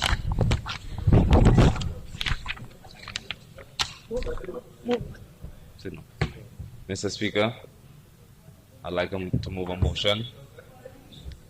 I'd like to move a motion that the Honorable Senator be given an extension of 10 minutes to complete her presentation. I second it. It has been moved and seconded that the Honorable Senator be given an additional 10 minutes. Those in favor? Aye. That's what he proposed. Those against? The ayes have it. You have an additional 10 minutes. Mr. Speaker, not enough is being done. Mr. Speaker, not enough is being done for our young people. Thank you, thank you, thank you, thank you. Mr. Speaker, not enough is being done for our young people. There needs to be greater focus on the youth. The record shows that the majority students who studies abroad do not return, and they cannot be blamed. If you go around and listen to the young people inside and outside of Dominica, they continue to say that Dominica is not for young people. And we can call them all kinds of names: lazy, drug addicts, like to see, which apparently is not a problem, and the list still goes on. But the facts will remain. Energy flows where focus goes. We are not focused on the holistic, sustainable development of our young people, and it shows. The world we live in today requires faster, lighter innovations backed by accessible, open-minded financing that will allow for world-class problem-solving innovation and business solutions that will drive our country and people forward. In STEM, business, in innovative healthcare, including medicinal marijuana. But the young people of Dominica need a supportive partner that they can lean on. They need people who will work with them and support them. Help the young people help themselves. Any environment that doesn't see a future in its young people outside of basic sports and academia is destined for failure. And Dominica has been failing. Mr. Speaker, We will continue to lose our young people if we do not invest in them now. During the budget address last Tuesday, the Minister of Finance informed of an increase in the price of birth, marriage, and death certificates by 300%. It is a hard blow to the people of Dominica. Ah, boy. This is insane. We cannot continue to inflict costs on the people to maintain our extreme overspending and bad money management. Yeah. We are already suffering from inflation. Inflation that is something beyond our control. Simple documents like birth paper should not cost so much. Once again, the vulnerable have to pay for a habit of spending in areas that are not necessary. I am sure that the government can decrease spending by removing the misfit ministers, which resetting into parliament to avoid costs. I've heard so much about CBI during this budget presentation. CBI this and CBI that. If not CBI, then what? Why can't the millions from CBI cover such a small cost? When will the people be the direct beneficiary of these CBI funds? Would you rather be vulnerable people? Would you rather the vulnerable people of Dominica suffer? So much for being a government for the vulnerable. Mr. Speaker, the increase of the salary for public servants by 6% as of September 1st, 2023 was spoken about also. This is a great initiative, long-awaited initiative. Thank you, Dr. McIntyre. However, when will the public servants who have been working in the government system for years be appointed? Will you take a look at the increase of, while you take a look at the increase of salary, take a look at the thousands of public servants who are qualified for appointment but not being appointed. Take a look at the government pensioners who have not received a pension increase in 25 years. Wow. I believe some provisions were already made with the government, so it is time to give them what they deserve. They have bills to pay and they want to buy strawberries also. Yeah. Government pensioners deserve a pension increase. It is 25 years too long. Mr. Speaker, have you taken a look at that insulting minimum hourly wage? It is time our minimum hourly wage allow us to make a rice and sardine. As I round up my presentation, I would like to point out one more observation, and that is during the fiscal year of 2020 to 2023, many of the key ministries to enhance the country's economy was underperformed with the spending of the monies allocated. They used less than 50% of these totals: health, agriculture, public works, tourism, just to name a few. I wish my Honorable Prime Minister was there. Honorable Prime Minister, in one of your political campaigns, you stated, and I quote, "You know, they're missing the salary. They start crying, oh boy, my salary, my salary, my salary. They were too lazy, ladies and gentlemen, and we have fired them. No more lazy people in the Dominican Parliament." Boy, PM boy, Prime Minister, by the looks of it and the incompetency of your ministers, you need to fire more. And if you don't see the need to fire them, maybe you should look at firing yourself, Mr. Prime Minister. I thank you.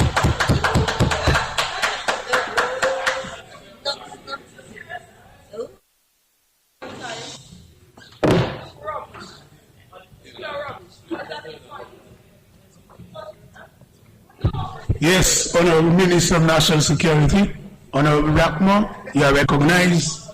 You may proceed. This is what she was representing. Mr. Speaker, I stand to support this budget in its entirety.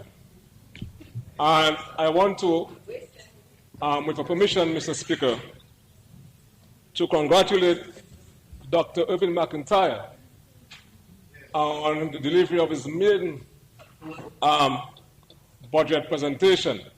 And I hope that the Prime Minister does not take offense to what I'm about to say, but I will say it.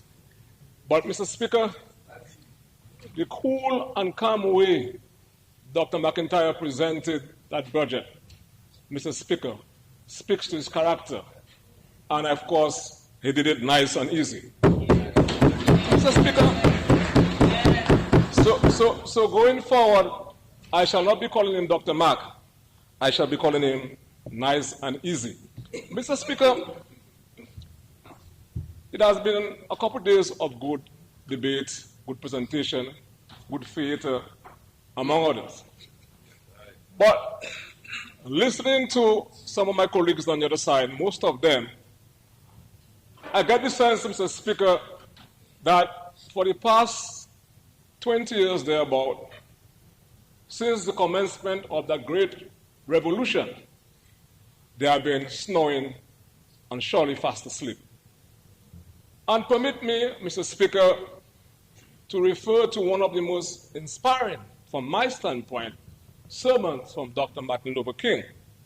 Many of us, when we speak about him, we make a reference to the big speech that he gave, I have a dream. But a man who believes in the Lord, I think I remember him for that great summons that he gave. And he gave that summons, Mr. Speaker, and he reminds us of this man who went up a mountain top for a long sleep for 20 years. And when he went up the mountain top, the picture on the sign was that of King George III, the King of England then. After having slept for 20 years and he came back down, the picture that he saw on the sign was that of George Washington, the President of the United States of America. When he looked at the picture, Mr. Speaker, what he was struck by was not the fact that he slept for 20 years, but he knew not himself, Mr. Speaker, because not only he slept for 20 years, but he slept while a great revolution was taking place, Mr. Speaker. And that, Mr. Speaker, that great transformation, a point in time, Mr. Speaker, when lives were changed and impacted. Mr. Speaker, Honorable Roosevelt Scarrett, Mr. Speaker, for the past 19 years, Mr. Speaker, has led this great party, the American Labour Party, and this great country, Mr. Speaker, to the greatest revolution this country has ever seen, Mr. Speaker, since its independence, Mr. Speaker, and that's a fact, Mr. Speaker. And let me just say it further to them who have been sleeping, snoring.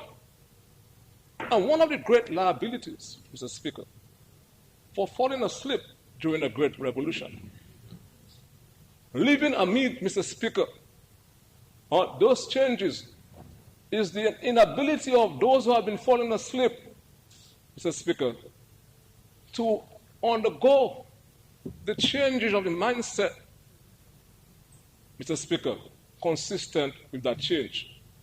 That is why we are calling for a national reset. And I hope some of them who have been sleeping, some of them deliberately so, will be awakened, Mr. Speaker, and participate in this national reset endeavor, Mr. Speaker. Mr. Speaker, this great revolution that I speak about has touched every household in this country, including those who have been sleeping for the past 19 years, Mr. Speaker. And I can recall those days, Mr. Speaker, that because of this great social transformation that this Labour Party has led since the independence of this country, Mr. Speaker, who never had house before, now have house, Mr. Speaker, who never had girlfriend except Senator Sean Douglas, now have girlfriend, Mr. Speaker,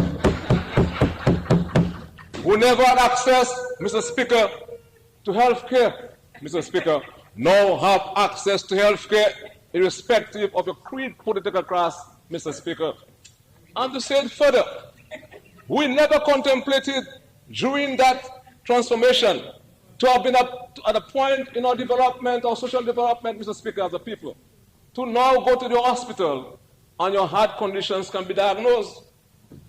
You can be treated, Mr. Speaker. This, Mr. Speaker, is evidence of the great transformation that the Dominican Party government has been talking about, Mr. Speaker. And, Mr. Speaker, going to housing. I can recall, Mr. Speaker, that the average man until labor had no toilets and washing facilities. The dignity of life was undermined. And of course, the poor people of this country were being trod upon and upon, Mr. Speaker. And it's Bob Marley who uses this great metaphor, treading on the wine press, Mr. Speaker. The poor man standing on the wine press, making the wine, and shortly thereafter, Mr. Speaker, he has been oppressed, Mr. Speaker. Labour Party has changed that, Mr. Speaker, in this country. We have changed that in this country, Mr. Speaker. And the young men and young women, Mr. Speaker, are now participating in the national development endeavor by having Peace of Dominica, Mr. Speaker. That is what we are talking about when we talk about transformation, Mr. Speaker.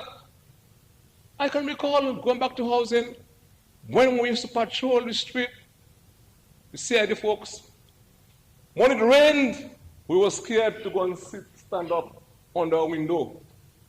Because in those days, Mr. Speaker, before labor, people passed their refuge in plastic bags and other things, Mr. Speaker.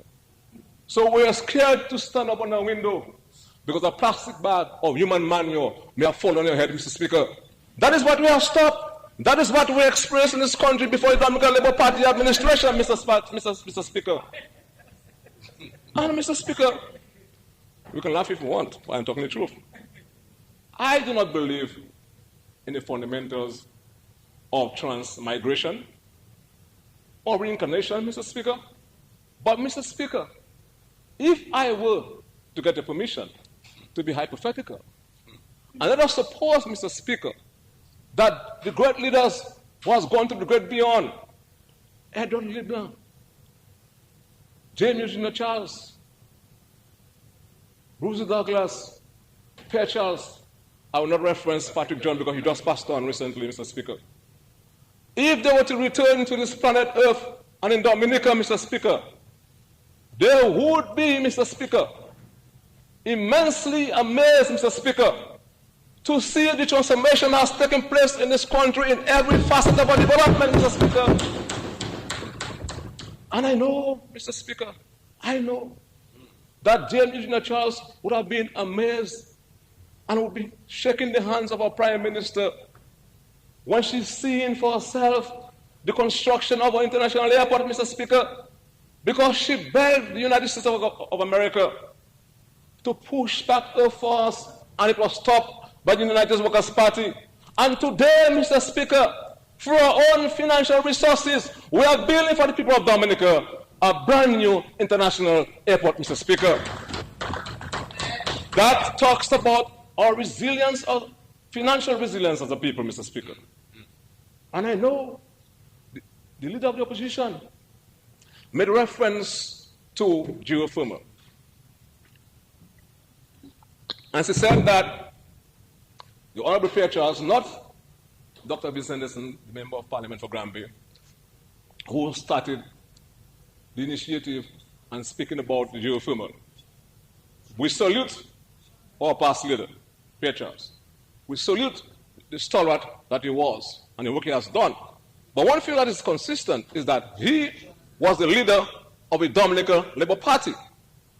But I want to say to him, leader of the opposition, let us suppose if Eo Libra were to return to this country in a different advent, he would have been tremendously proud of the Prime Minister to see that he in 1974 started, Mr. Speaker, speaking about the need to develop our potential in geothermal energy. And he went to Parliament and passed the Geothermal Development Act, Mr. Speaker, which was further amended in 1975. But he, Mr. Speaker, left politics and because of a self-imposed exile and went to Vickers. Nobody spoke about it again. We had the Freedom Party. We had the Workers' Party for 4 years. Then we had Pierre Charles who started talking about it. But, Mr. Speaker, let me say to the Dominican public that if Prime Minister Scarlett as the Prime Minister and Vince Henderson, Mr. Speaker, we shall bring geothermal energy to every household in Dominica and to the business sector, Mr. Speaker. That is what we promised, Mr. Speaker, in this year's budget. Man, Mr. Speaker, I want to make reference before I go to the Ministry of National Security and Legal Affairs, Mr. Speaker. Senator Son Douglas is not there this morning for apparent reasons, Mr. Speaker. And Mr. Speaker, he spoke and he tongue-lashed, Mr. Speaker, the budget. He tongue-lashed his former colleagues who fed him, Mr. Speaker, when he was part of the government, Mr. Speaker. He tongue-lashed everything. He called, Mr. Speaker, for Dominica to go back to the days of darkness, the IMF. A guy who wants to be a leader, you know. But, Mr. Speaker, I'm not surprised. Because something happened to Sean Douglas, Mr. Speaker, in Granville in the year 2000, Mr. Speaker. A lady, and may her soul rest in peace, by the name Elizabeth Israel, alias Mapampo. Some of us in Parliament are very young. We will not recall that. That's history for you. Write it down, Mr. Speaker. And that service was being held for, basically, was the last sacrament. The priest officiating made the mistake because the lady was feeble, 125 years then, and asked him to hold the chalice of wine.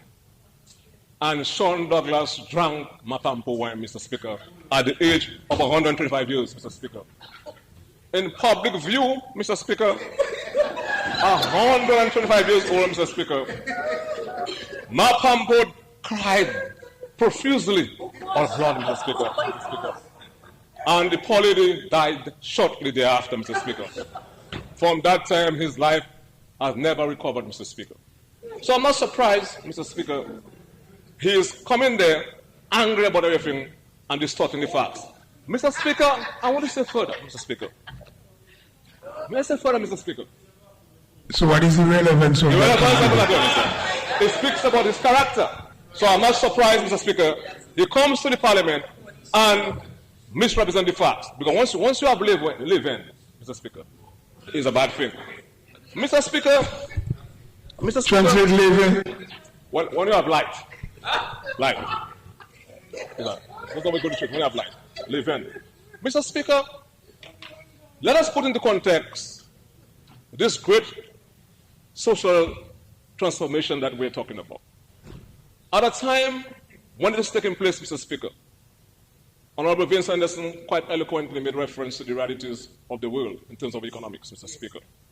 But, Mr. Speaker, when we are building an airport for almost $1 billion, when we're proceeding with our geothermal endeavor, when we're building and constructing health centers throughout the country, when we're ensuring that our public servants are well paid, Mr. Speaker, we must be mindful of the global realities. Mr. Speaker, two serious economic shocks happened in Dominica, Mr. Speaker, since our independence, or since our attainment of statehood, Mr. Speaker. And in 1979, the economy declined by 18.7%, Mr. Speaker. 18. We had the Hurricane David. There was no other period in the history of this country we had this tremendous decline in our economy, except for 2020, when it declined by 16% because of COVID-19, Mr. Speaker. We are underestimating the impact of COVID-19. When we read about the 1918 pandemic, the Spanish flu, that killed 50 million people globally, we never knew that. We read about it. But we lived it, Mr. Speaker, because COVID-19 was grinding the human resource component. Everything came to a halt, Mr. Speaker. And the biggest player in the food chain, Mr. Speaker, was affected, human beings, Mr. Speaker. But that notwithstanding, Mr. Speaker, we are moving on because of the creative leadership of the Dominican Labour Party operation, Mr. Speaker. Let us not underestimate that, Mr. Speaker. That's the reality, Mr. Speaker. So, going back to geothermal, and Senator Sean Douglas, Mr. Speaker, spoke about geothermal and spoke about Crispin Gregor. Yes, I was a minister for a number of years. I worked closely with Vince Anderson. And he was the one, Mr. Speaker, who introduced me as the minister then for energy to the members of the Clinton Foundation at Hilton Hotel in Barbados, Mr. Speaker, to provide technical support for geothermal at Endeavour, Mr. Speaker. And the amount of work that this administration has done, because geothermal development, so you're a scientist, Mr. Speaker, takes a long time. And because of the risk involved, especially in the initial stage, you will find no investor wanting to invest because of the risk involved. So government has to lead the way, Mr. Speaker, therefore. And that is what this government has been able to do on the Roosevelt Skyrit, Mr. Speaker, is to take the risk and to think outside the box, Mr. Speaker. And when they talk about geothermal energy development, in Costa Rica, they have been talking about geothermal development from 1979. And in 2023, it accounts for 13.3% of the energy mix, Mr. Speaker. So what we did, firstly, Mr. Speaker, we ensured that we did the study, the survey, and we look at this, the area, the valley, inclusive of the boiling lake, to establish whether you have the resources there. Having established, Mr. Speaker, within that radius in the geographical location, that the energy is there, we have to actually establish and to determine the quality of the resource. So we undertook, Mr. Speaker, what we call the test wells. The test wells, we did all that. That's a lot of work, you know. For us to laugh, they used to go up there, open the wells just to watch the smoke, etc. It's to laugh for us. We did the test wells, and we did a production well. And today, Mr. Speaker, again, under the leadership of Roosevelt Skyrit and Vince Henderson and the Dominican Labour Party administration, we have been the furthest so far in developing that energy to ensure that it gets to the household. And we can also, Mr. Speaker, attract energy-intensive industry in this country to push this country forward, Mr. Speaker. That is why I am supporting, Mr. Speaker, with all my heart, because we did a study. We look at a small plant of 10 megawatts, and we established the hypothesis, Mr. Speaker, that if we were to have a 10 megawatts plant, at the end of the study, that the price of energy would go down. At the end, based on the results of the study, it's proved that it would have came down at least by 10 cents? 10 US cents. Can you imagine? So this is a game changer for us in this country. Everybody uses energy. So think of it. When we get to the stage, we are talking green. Honorable Minister has made reference to that quite well. When we will get to the point of having an energy mix of hydro and geothermal. That is development. That is leadership. That is transformation, Mr. Speaker. That's what we're talking about. That's what we're talking about, Mr. Speaker. So you can't come in this house there, come in there, Mr. Speaker, and want to give us a lecture on fiscal management. Yes. Okay? As the press secretary, Mr. Speaker, if you're talking about fiscal management and wastage, left to Senator Sean Douglas, the Treasury would have been bankrupt on breakfast, Mr. Speaker. Yeah. Breakfast? For what breakfast again now? Egg and bacon? He wanted to make a mistake. Honorable Pierre Charles made so rest in peace and brought him to the U.S. as the press secretary. And he said, in a record, I'm talking about wastage. Yes, because you see, I don't want us to get involved in irrelevance and personality attack. So let's proceed. Okay, all right, I take it back. Yeah, but okay. You called people sexist yesterday, but that's fine. I take it back. So, Mr. Speaker, going back to that. So we shall ensure, Mr. Speaker, that geothermal gets to the household, and geothermal is a contributor to the gross domestic product, Mr. Speaker. That is what the Labour Party is all about, Mr. Speaker. Mr. Speaker, some comments were made also by the member of Marigot, the member of Parliament for Marigot. And yesterday, with his characteristic smile, he came also and told me, when you're speaking, not to give me blues, you know. But I said to him, as the Minister for National Security and Legal Affairs, my role is to prevent people from getting blues, not to give people blues. Now, he's a guy, a cool guy. He speaks with a characteristic smile, but I was always told at university, as a police officer, I knew as an investigator, once someone is always smiling, you have to watch him. You have to watch him. We have to be watching because, you know, he always has something coming up. So, Mr. Speaker, I can understand a woman always, but a man always smiling, a man, before you watch him, gigi, Mr. Speaker. That is not funny. I'll tell you why. Because why you not watching him do something, eh? So, Mr. Speaker, what's a cool guy? You talking language, this kind of stuff there in Parliament. The thing that the ordinary man on the street understand. I understand that. But, Mr. Speaker, implicit in his contribution was some misinformation. Because he created the impression that it is legal to smoke marijuana in a public place. And I am baffled that he said that when he goes out, man putting smoke in his people's face, etc. I would expect that a Rastafari, Mr. Speaker, would really like the spiritual, sense from the smoke of the herb. Jaja herb, you get your point? So I'm not sure if you have the locks for as a style, etc. But I want to just point him, Mr. Speaker. I want to point him to, we came as a responsible government, Mr. Speaker, in 2020, and decriminalized the possession of 20 grams and less. And that was done for a deliberate purpose, Mr. Speaker, because what we found, a number of young people, their future was denied because they possessed and had conviction for simple possession. They were not able to get a green card. They were turned down for jobs, notwithstanding their qualification. The Labour Party government, the progressive government, cannot tolerate that.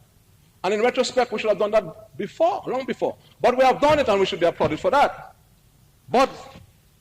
And he sells those under the drug misuse of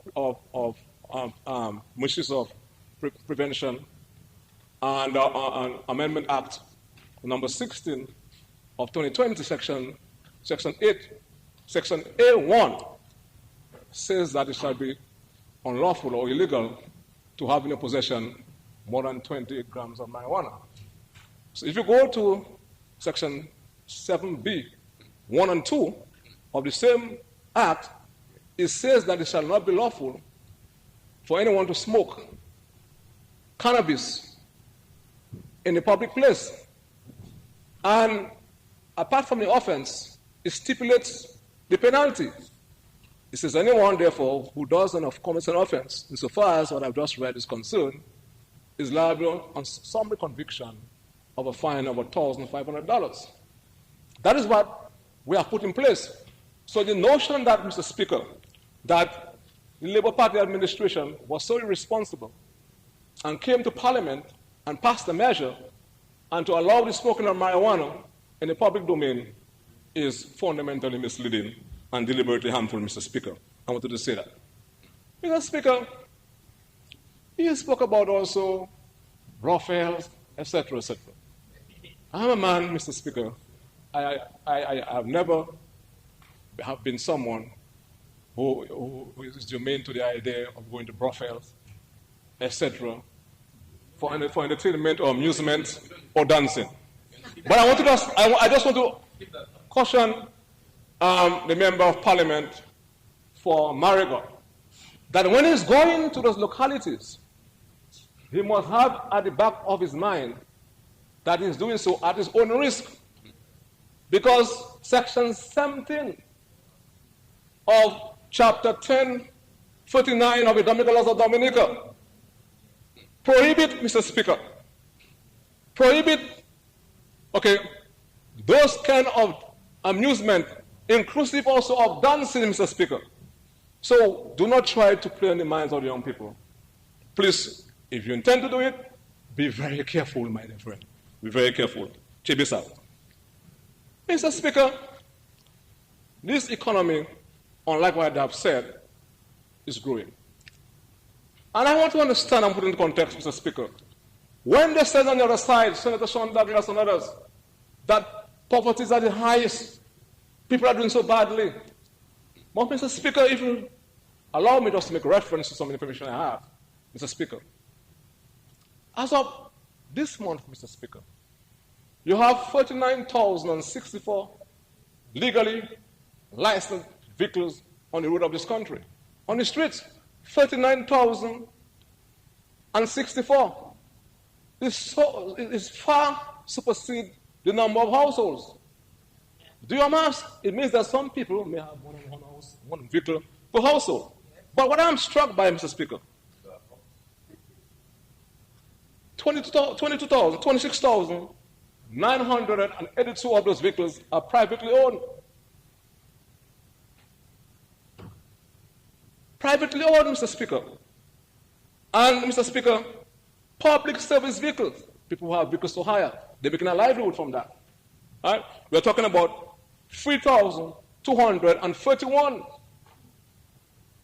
Are those indicators of a country where people who are not doing well, who don't have money, who are destitute? I'm just trying to understand that. And rentals, Mr. Speaker, 1,267 rentals we have on the road, among others, Mr. Speaker. So, Mr. Speaker, I want to highlight that. Mr. Speaker, with your permission, I want to make reference to the Ministry of National Security and Legal Affairs. Mr. Speaker, I will not have the time, neither will I be asking for the time, to speak on every division and department within that said ministry. I will highlight do some highlights in some key areas, except to say, Mr. Speaker, I want to commend the effort of the Permanent Secretary, the heads of department of the 16 divisional departments that we have within the ministry. I want to commend them for the effort and the support thus far. Down to the cleaners, the messengers, and the drivers, thank you very much for your support, and I appreciate that, Mr. Speaker. It is said it's difficult to work with me because I want to get everything done one time. But in the national reset, we have to double up, Mr. Speaker. But I want to commend those who have been working with us in the ministry. I never refer to a ministry as my ministry, the ministry that I've been afforded the opportunity right now by the Prime Minister to head. Mr. Speaker, I want to touch briefly on the whole issue of criminal justice reform. And the Minister for Finance made reference to that in his presentation. The ministry plays a key role, Mr. Speaker, in ensuring this country remains safe and just and resilient. But, Mr. Speaker,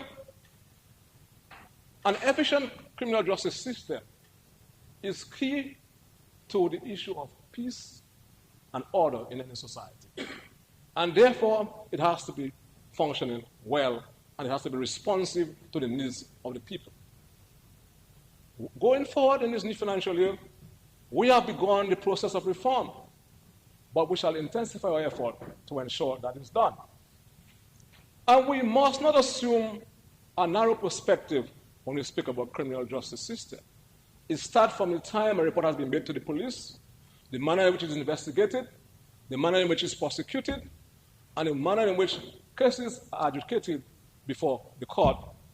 And the sentences that are being laid down, Mr. Speaker, must be appropriate and must be consistent with the crime. And it must be done in a timely fashion, Mr. Speaker. The public, therefore, has every right to question certain things when cases take a very long time, Mr. Speaker. And in that regard, we shall ensure, although we have started the process, earlier this year we came to Parliament and we passed a series of family bills, because when you talk about criminal justice reform and system, we also have to talk about the juvenile system, the juvenile justice system. And then some of the bills that we passed, Mr. Speaker, speaks to the protection of young people, and children. So we have started and we have begun the process, and we shall move forward as we are going forward. But, Mr. Speaker, our system is so organized at the Supreme Court level, the High Court level, that persons who have violated the laws and who are brought before the court have to be tried by a judge and jury. And therefore, when indictable offenses are heard, whether by way of paper committal, because all you need to establish at the low court for an indictable offense is as to whether there is adequate evidence for the matter to be heard by the judge and jury. Once that is established, Mr. Speaker, 30 more minutes. that's good. Once that is established, Mr. Speaker, it seems to me unless it is an extraordinary circumstance, especially in matters where you don't have limitation of statute, murder, rape, the possession of cocaine, and the trafficking of firearms. It seems to me, Mr. Speaker, that matter should be heard before the court, Mr. Speaker. And those are some of the issues that we have to examine, Mr. Speaker. And that is why, Mr. Speaker, the justice system has to be responsive to the needs of the people. And therefore, Mr. Speaker, cannot operate in a vacuum, Mr. Speaker, outside of society and the needs of society, Mr. Speaker. Mr. Speaker, we also have to talk about access to legal aid. And in Dominica, Mr. Speaker, we provide that service because even if somebody commits a crime, the person has a right to a fair trial. The person has a right to counsel. And those are the things that we in the Labour Party promote by having a legal aid system, office with competent staff at the disposal of the people for those who actually need, who cannot afford counsel. And that is the intention. And in the new reset that we speak of, we have to also ensure that the people who come before legal aid are the people who cannot afford counsel, Mr. Speaker. And I wanted to say that, Mr. Speaker. The other issue is the whole issue of the penal system. And therefore, we have to look at the prisons. And as we talk about our family laws, one of the laws which shall be bring back to Parliament is the whole issue of the Child Justice Bill. And then we have to ensure that we have the infrastructure separate and distinct from social services to have the counselors within the court, the family court, and also to have a juvenile facility. It's a jail, but it has to take a correctional approach. We will be looking at the prison system and we're thinking about having a commissioner of prisons and corrections, Mr. Speaker. Let me just say, as we are on the prisons, Mr. Speaker, that recently you heard some noises out in the public domain. And in every jail, you're going to have legal issues. But I was happy that within 15 minutes, the matter was contained. We in the Labour Party, and I as a minister, believe, notwithstanding the fact that you're a prisoner, you're entitled to human treatment and your rights that are afforded by law. But it has to be said also and understood by the inmates and the prison officers that a jail is not a home setting. A jail is not a home setting, Mr. Speaker. You cannot be in prison. You have to be supervised and expect to get the same liberties and freedom that you get at your home. You want to say what food you want, what time you want it, when you want it. You want to have cornflakes and peanut butter in your cells. This is not a jail, Mr. Speaker. We have to ensure, Mr. Speaker, that we set the demarcations, Mr. Speaker, and ensure that you're sentenced to jail. You have to be respected, but you have to understand also that you're in jail. If you do not want to be in jail, behave yourself, Mr. Speaker. So, what we have done for the past couple of years, we have spent $2.3 million at the prisons. As we speak, and in this year's financial estimate, we have 16 projects, Mr. Speaker, within the ministry. Over $5 million provided. And then we're spending to ensure that we build the secondary fence. As we speak, we have engaged a contractor. The whole issue, Mr. Speaker, of a number of people or inmates at the remand facility, because you will appreciate that we had Hurricane Maria, and then we had COVID-19. So the courts were not operating, Mr. Speaker, at the maximum level to have been operating at the time. Consequently, the population has gone up. So what we are doing as we speak is that ensuring that we standardize the remand section and to have washroom facility in every cell. When I became the minister, at the maximum security block, we had no washroom facility. What we ensured that we did at the time was to put washroom facility in the cells for people at the maximum security because they're human beings. I was criticized, and it was said it's because there were police officers there. I put that in. That was not the case, Mr. Speaker. So we are moving forward. We shall move forward, Mr. Speaker, because what we want to ensure, because there are some people, by virtue of the crimes that they commit, the brutality in the crime, they should spend their life in jail or a long time in jail. But there are some people we have to give a ray of hope. So we have to place emphasis on rehabilitation.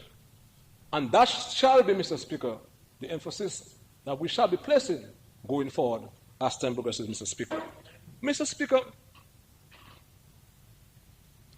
while we are at the prison, I've been engaging, along with the Permanent Secretary and others, the prisons on a very regular basis.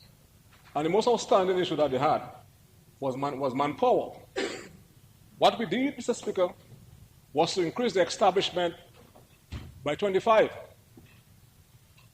As we speak, of course, the new officers coming in have to be vetted by the police.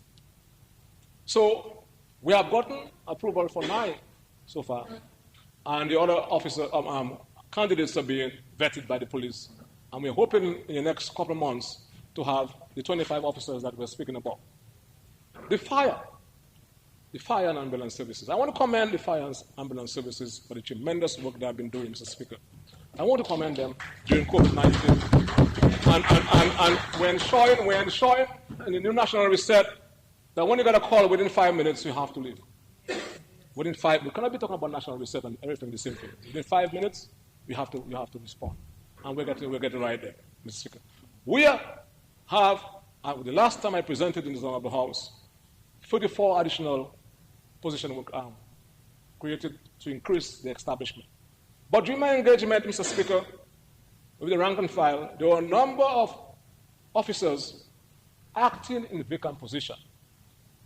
What we found, Mr. Speaker, because very often they like to blame the Prime Minister's secretary, that people were not being appraised. And then the recommendation would not be made for them to be appointed. But I'm happy to report this to this honorable House.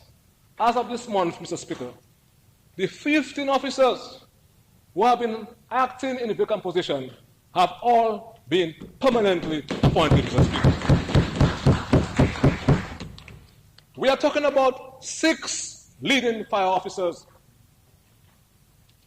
5 station fire officers, and 4 sub-station officers.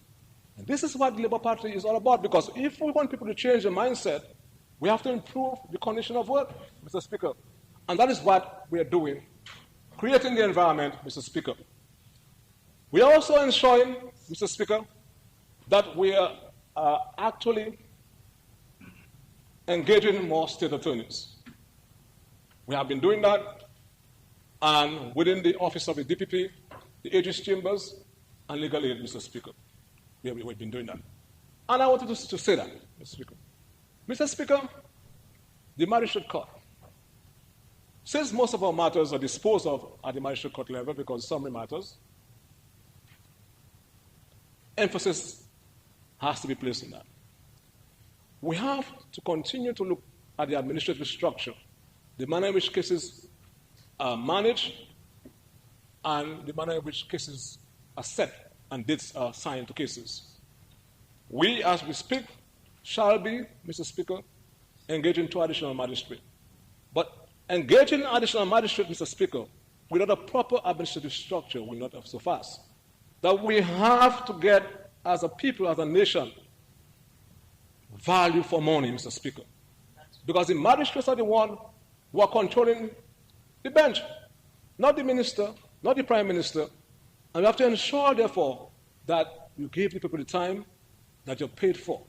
So the management of the cases, the management of the cases is critical to that, and ensuring that we have proper work plans for the magistrates, etc. We also shall be ensuring that we return to night courts, so people in the private sector who have matters, they might be busy during the daytime, they can come at night, Mr. Speaker, and to have the matters heard, Mr. Speaker. That is what we're all about, and we shall continue working in this direction to improve on the justice system, inclusive of all agencies that form part of this very relevant system, Mr. Speaker.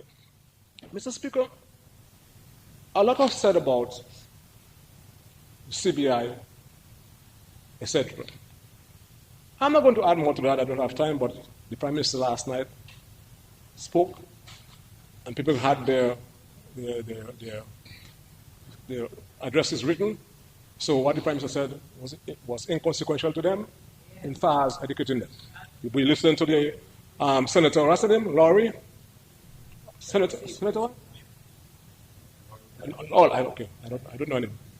So, Mr. Speaker. But I'm not sure why we're talking about the sale of passport. What does CBI means? CBI means what? Citizens, what? By investment. So it speaks for itself. But it's a deliberate ploy by members on the other side to black eye and to derail this program that has been so dear to us. And when they say that it's not being used for us, the people, the houses that we're getting, the airport that's going to transform this country, what are we talking about? Get up, stop snoring, get up. Be part of this great transformation, Mr. Speaker.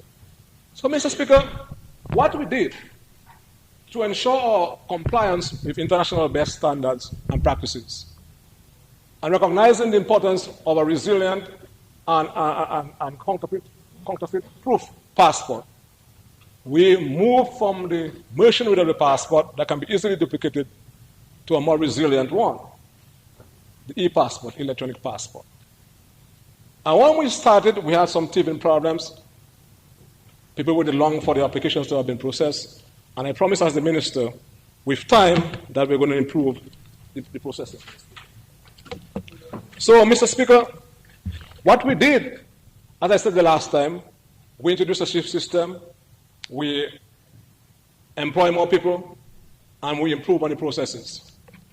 We have moved from applications taking 3 to 4 months, and I'm happy to report to this honorable House, Mr. Speaker, as of yesterday, as of the 17th of this month, we have issued 88,064 e-passports, Mr. Speaker. That speaks, Mr. Speaker, to the efficiency in which we have been able to apply in executing that service, Mr. Speaker.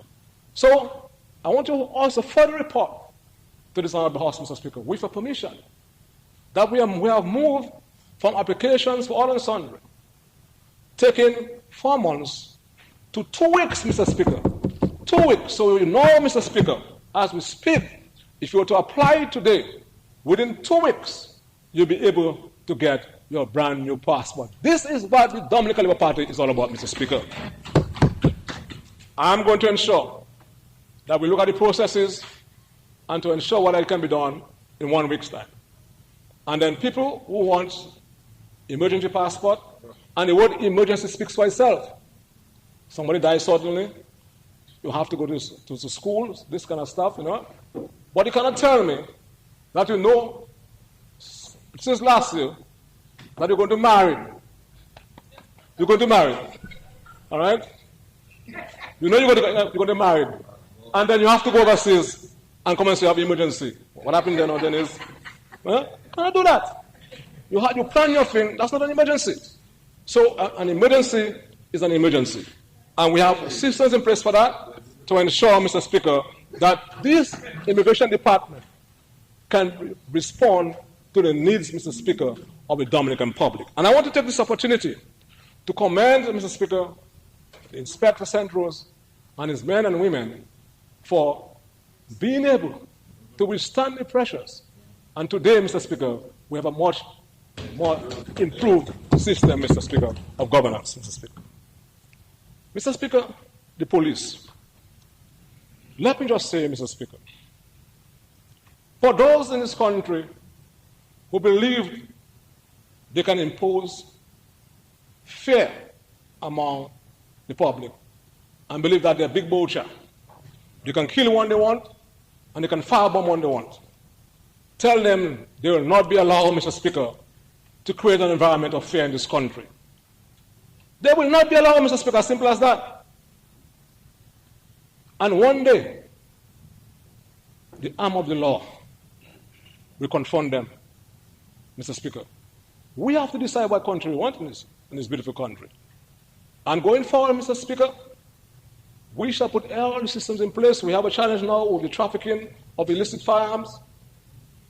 And I want to take this opportunity, Mr. Speaker, with your permission, to commend the police officers and the custom officers for being at the forefront. As we speak, Mr. Speaker, from 1920 to now, the police alone, I've not spoken about the customs, have recovered 177 illegal guns, Mr. Speaker, from 2020 to now. 177 illegal weapons. During that same period, Mr. Speaker, 142 rounds of ammunition, that's 20 rounds. To give you a sense and magnitude of the problem that confront us, have been recovered. 112 people have been arrested and charged. 96 men and 16 women. Yes, women have illegal firearms too. And I know some women are shooting very well with both hands. And what is happening now, some of the women are holding the guns for a significant order. But how can a man love you? How can a man love you and give you to hold an illegal firearm for you? He doesn't want to go to jail, but he wants you to go to jail. So why are you holding it for him, Mr. Speaker? During the same period, Mr. Speaker, 25 people have been convicted. And a fine of $271,000 have been imposed, Mr. Speaker, by the court. We have started, the Prime Minister has been leading from the front, to look at all the elements involved in illicit trafficking of firearms. And we shall be bringing all the law enforcement agencies together, namely the Customs, the police, and FIU, and to look at the origin not only of firearms, but the components of firearms. Because for this trade to continue, it has to be facilitated. And we shall be going after everyone who is involved in that trade, Mr. Speaker. No stone shall be left unturned in our effort to rid the street and the society of illegal firearms, Mr. Speaker. And in that regard, I've been working closely with impacts within CARICOM, and I want to commend the U.S. Through the instrumentality of Homeland Security. We shall be looking at ways, and we have already put in place the terms of reference for this agency that we're talking about, Mr. Speaker, to confront this menace of the society, Mr. Speaker. When say no, once you have an illegal firearm, you intend to use it. A firearm is a lethal weapon, and once you have it, you have to use it, Mr. Speaker. And that is something that we have to guard against. As we talk about the police, Mr. Speaker, earlier on I made reference to the importance of the criminal justice system. We shall be engaging immediately after the budget a consultant with tremendous experience in the area of investigation. When I came in as a recruit in CID, I worked with him. A tremendous talent, he had retired. And because the issue of statement writing, report writing, Mr. Speaker, the protecting of the crime scene, because at the crime scene, that's where all the evidence resides. And we have to ensure that the crime scene is not contaminated. It has to be. Today, I see before you have an event, you can say all kinds of social media people obstructing the police, etc., etc. Right? That's something we have to be very careful with. And the whole issue, Mr. Speaker, of proper report statement writing is something, of course, we shall continue to have. So we'll be having those workshops for a long period of time with all the various ranks in the police force, Mr. Speaker, immediately after the passage of this budget, Mr. Speaker. I want to say thank you to this gentleman. I hope he's listening. And it's good to have Dominicans with the requisite talent and they're so willing to assist as we strive in a collective endeavor to make this country a safer and better country for all of us, Mr. Speaker. Mr. Speaker, we heard a lot about the CBI and as it is to Dominica as a rogue country. Mr. Speaker, we have been able, over the years, to put in place one of the most robust law enforcement infrastructure to mitigate and investigate financial crimes, inclusive of money laundering, among others. And just 2 weeks ago, we had this ceremony, which was actually organized by the Regional Security System Asset Recovery Unit, where we launched, Mr. Speaker, the Asset Forfeiture Handbook and the seizure policy. That is critical because it provides a reference point with all our relevant laws and best practices and guidance, Mr. Speaker, for our investigators, be it from the customs standpoint, FIU, the police, to ensure that when you go after money and you seize money, you to be able to establish that it is linked to illegal activities. And that is how far we have been, Mr. Speaker. To the extent to which, Mr. Speaker, you heard the AG spoke about a couple of weeks ago, we went to Trinidad, and the minister played the leading role in that, to test our infrastructure and our governance structure insofar as the fight against money laundering is concerned about financial crime. And we rank the best in the sub-region, Mr. Speaker. So all the talk they're talking about there. 10 more minutes. That's it. We rank the best in the region, Mr. Speaker.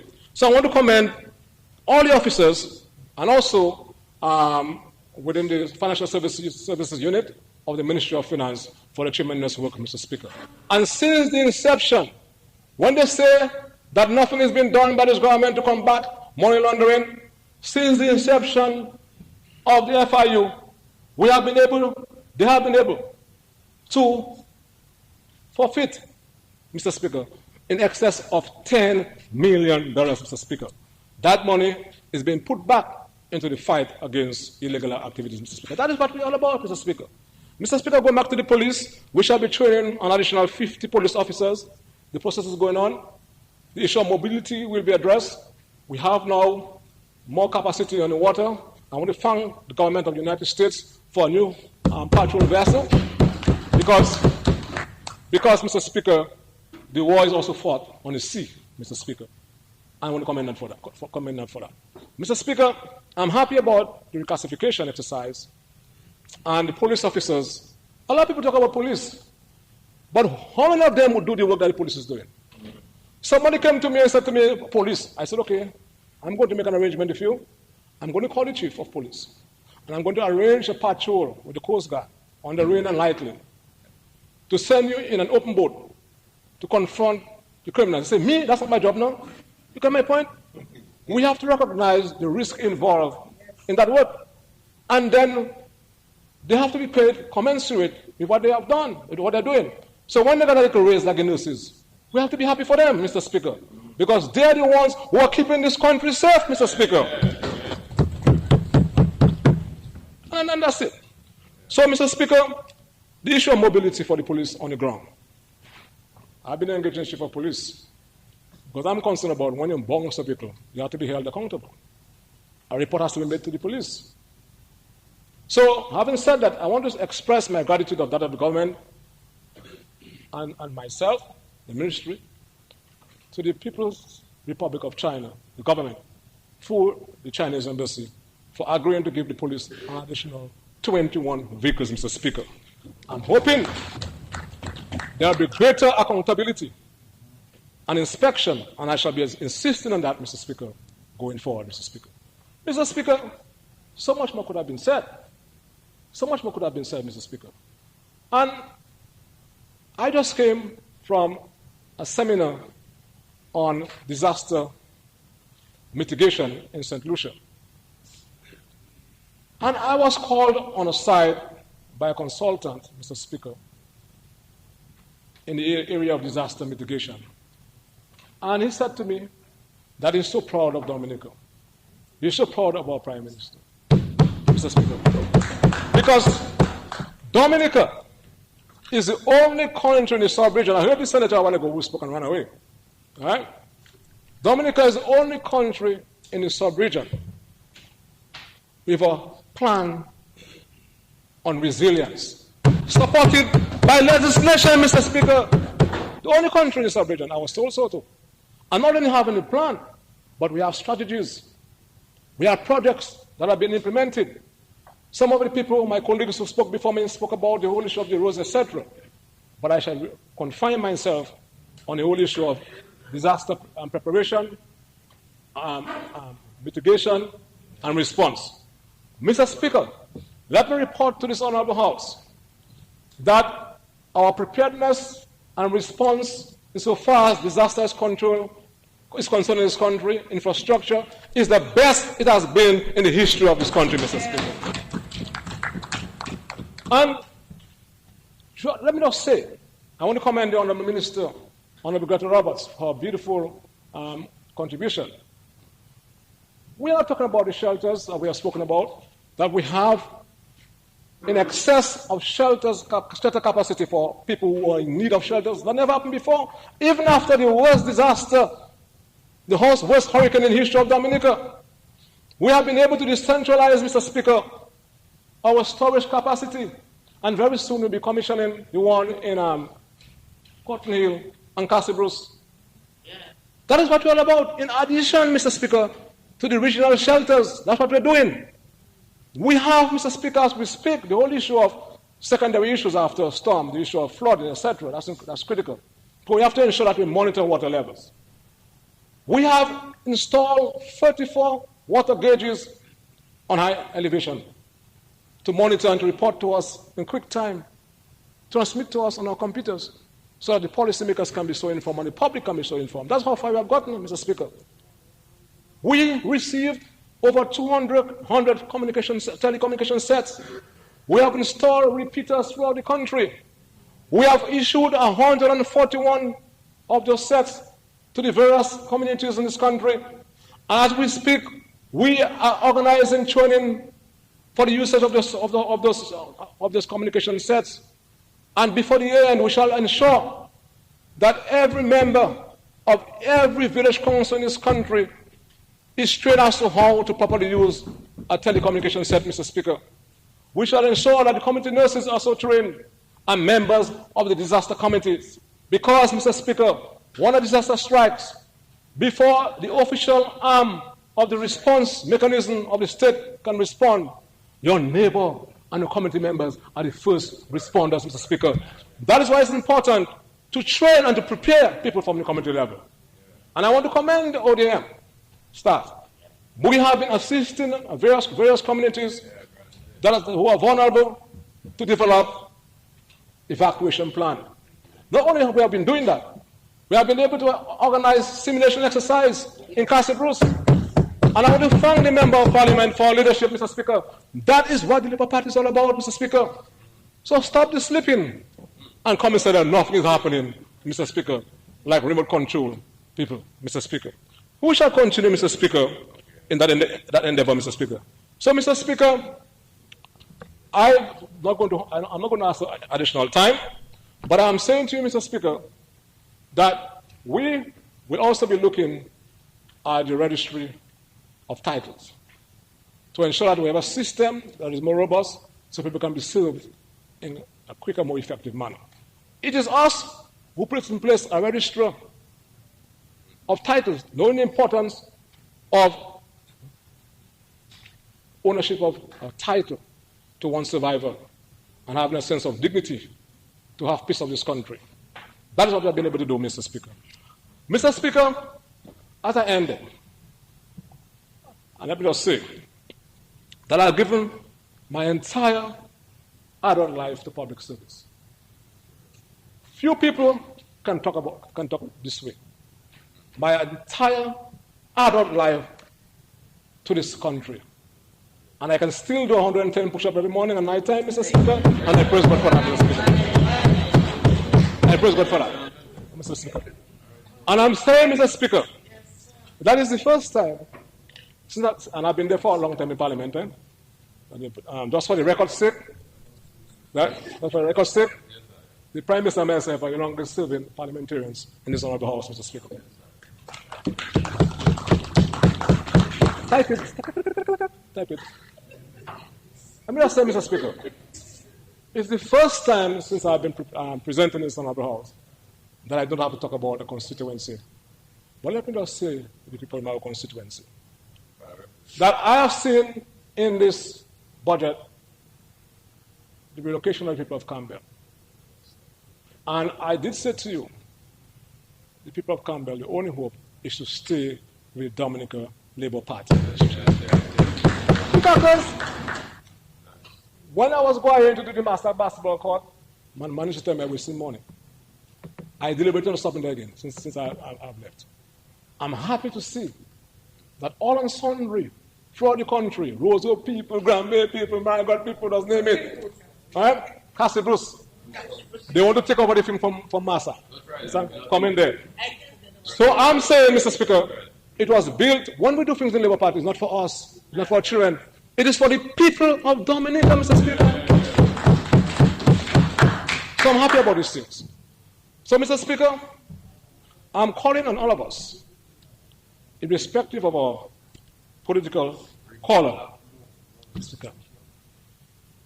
For those who want to maintain the status quo, for those who feel threatened by poor people elevating, for those who would have preferred a robust current administration to have adopted a laissez-faire attitude, to maintain the status quo, to preserve and to protect their individual status. We in the Labour Party is about empowering the common man to get that common man to the level of others who have been elevated over the years, Mr. Speaker. And the Labour Party, this great party that has formed the governance of this country for the past 23 years, Mr. Speaker, is the only hope for this country's survival and development, Mr. Speaker. You listen to them on the other side, young members on the other side, sorry. Yes, but one more minute. Yes, that's plenty. But, Mr. Speaker, the member for Marigot, cool guy, Senator Paris, I want to commend him as I end. Because he recognizes, Mr. Speaker, and he said in his submission that he is concerned about not having a Labour Party administration. Because without Labour, we will never have geothermal at the homes of our people in this country, Mr. Speaker. He recognizes that. So, Mr. Speaker, don't just lip sing. Come on board, Mr. Speaker. Be part of this great renaissance.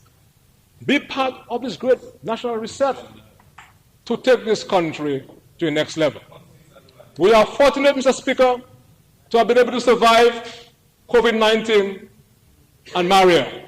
And this is so because of our leadership, our financial resilience, and our resolve as a people. Mr. Speaker, may the good Lord bless this beautiful country. And may the good Lord keep the Dominican Labour Party in office, Mr. Speaker. I thank you, Mr. Speaker.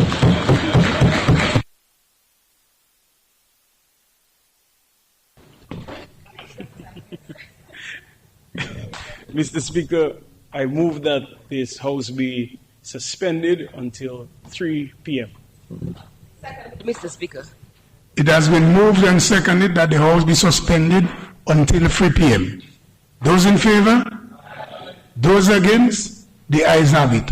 House stands suspended until 3 p.m.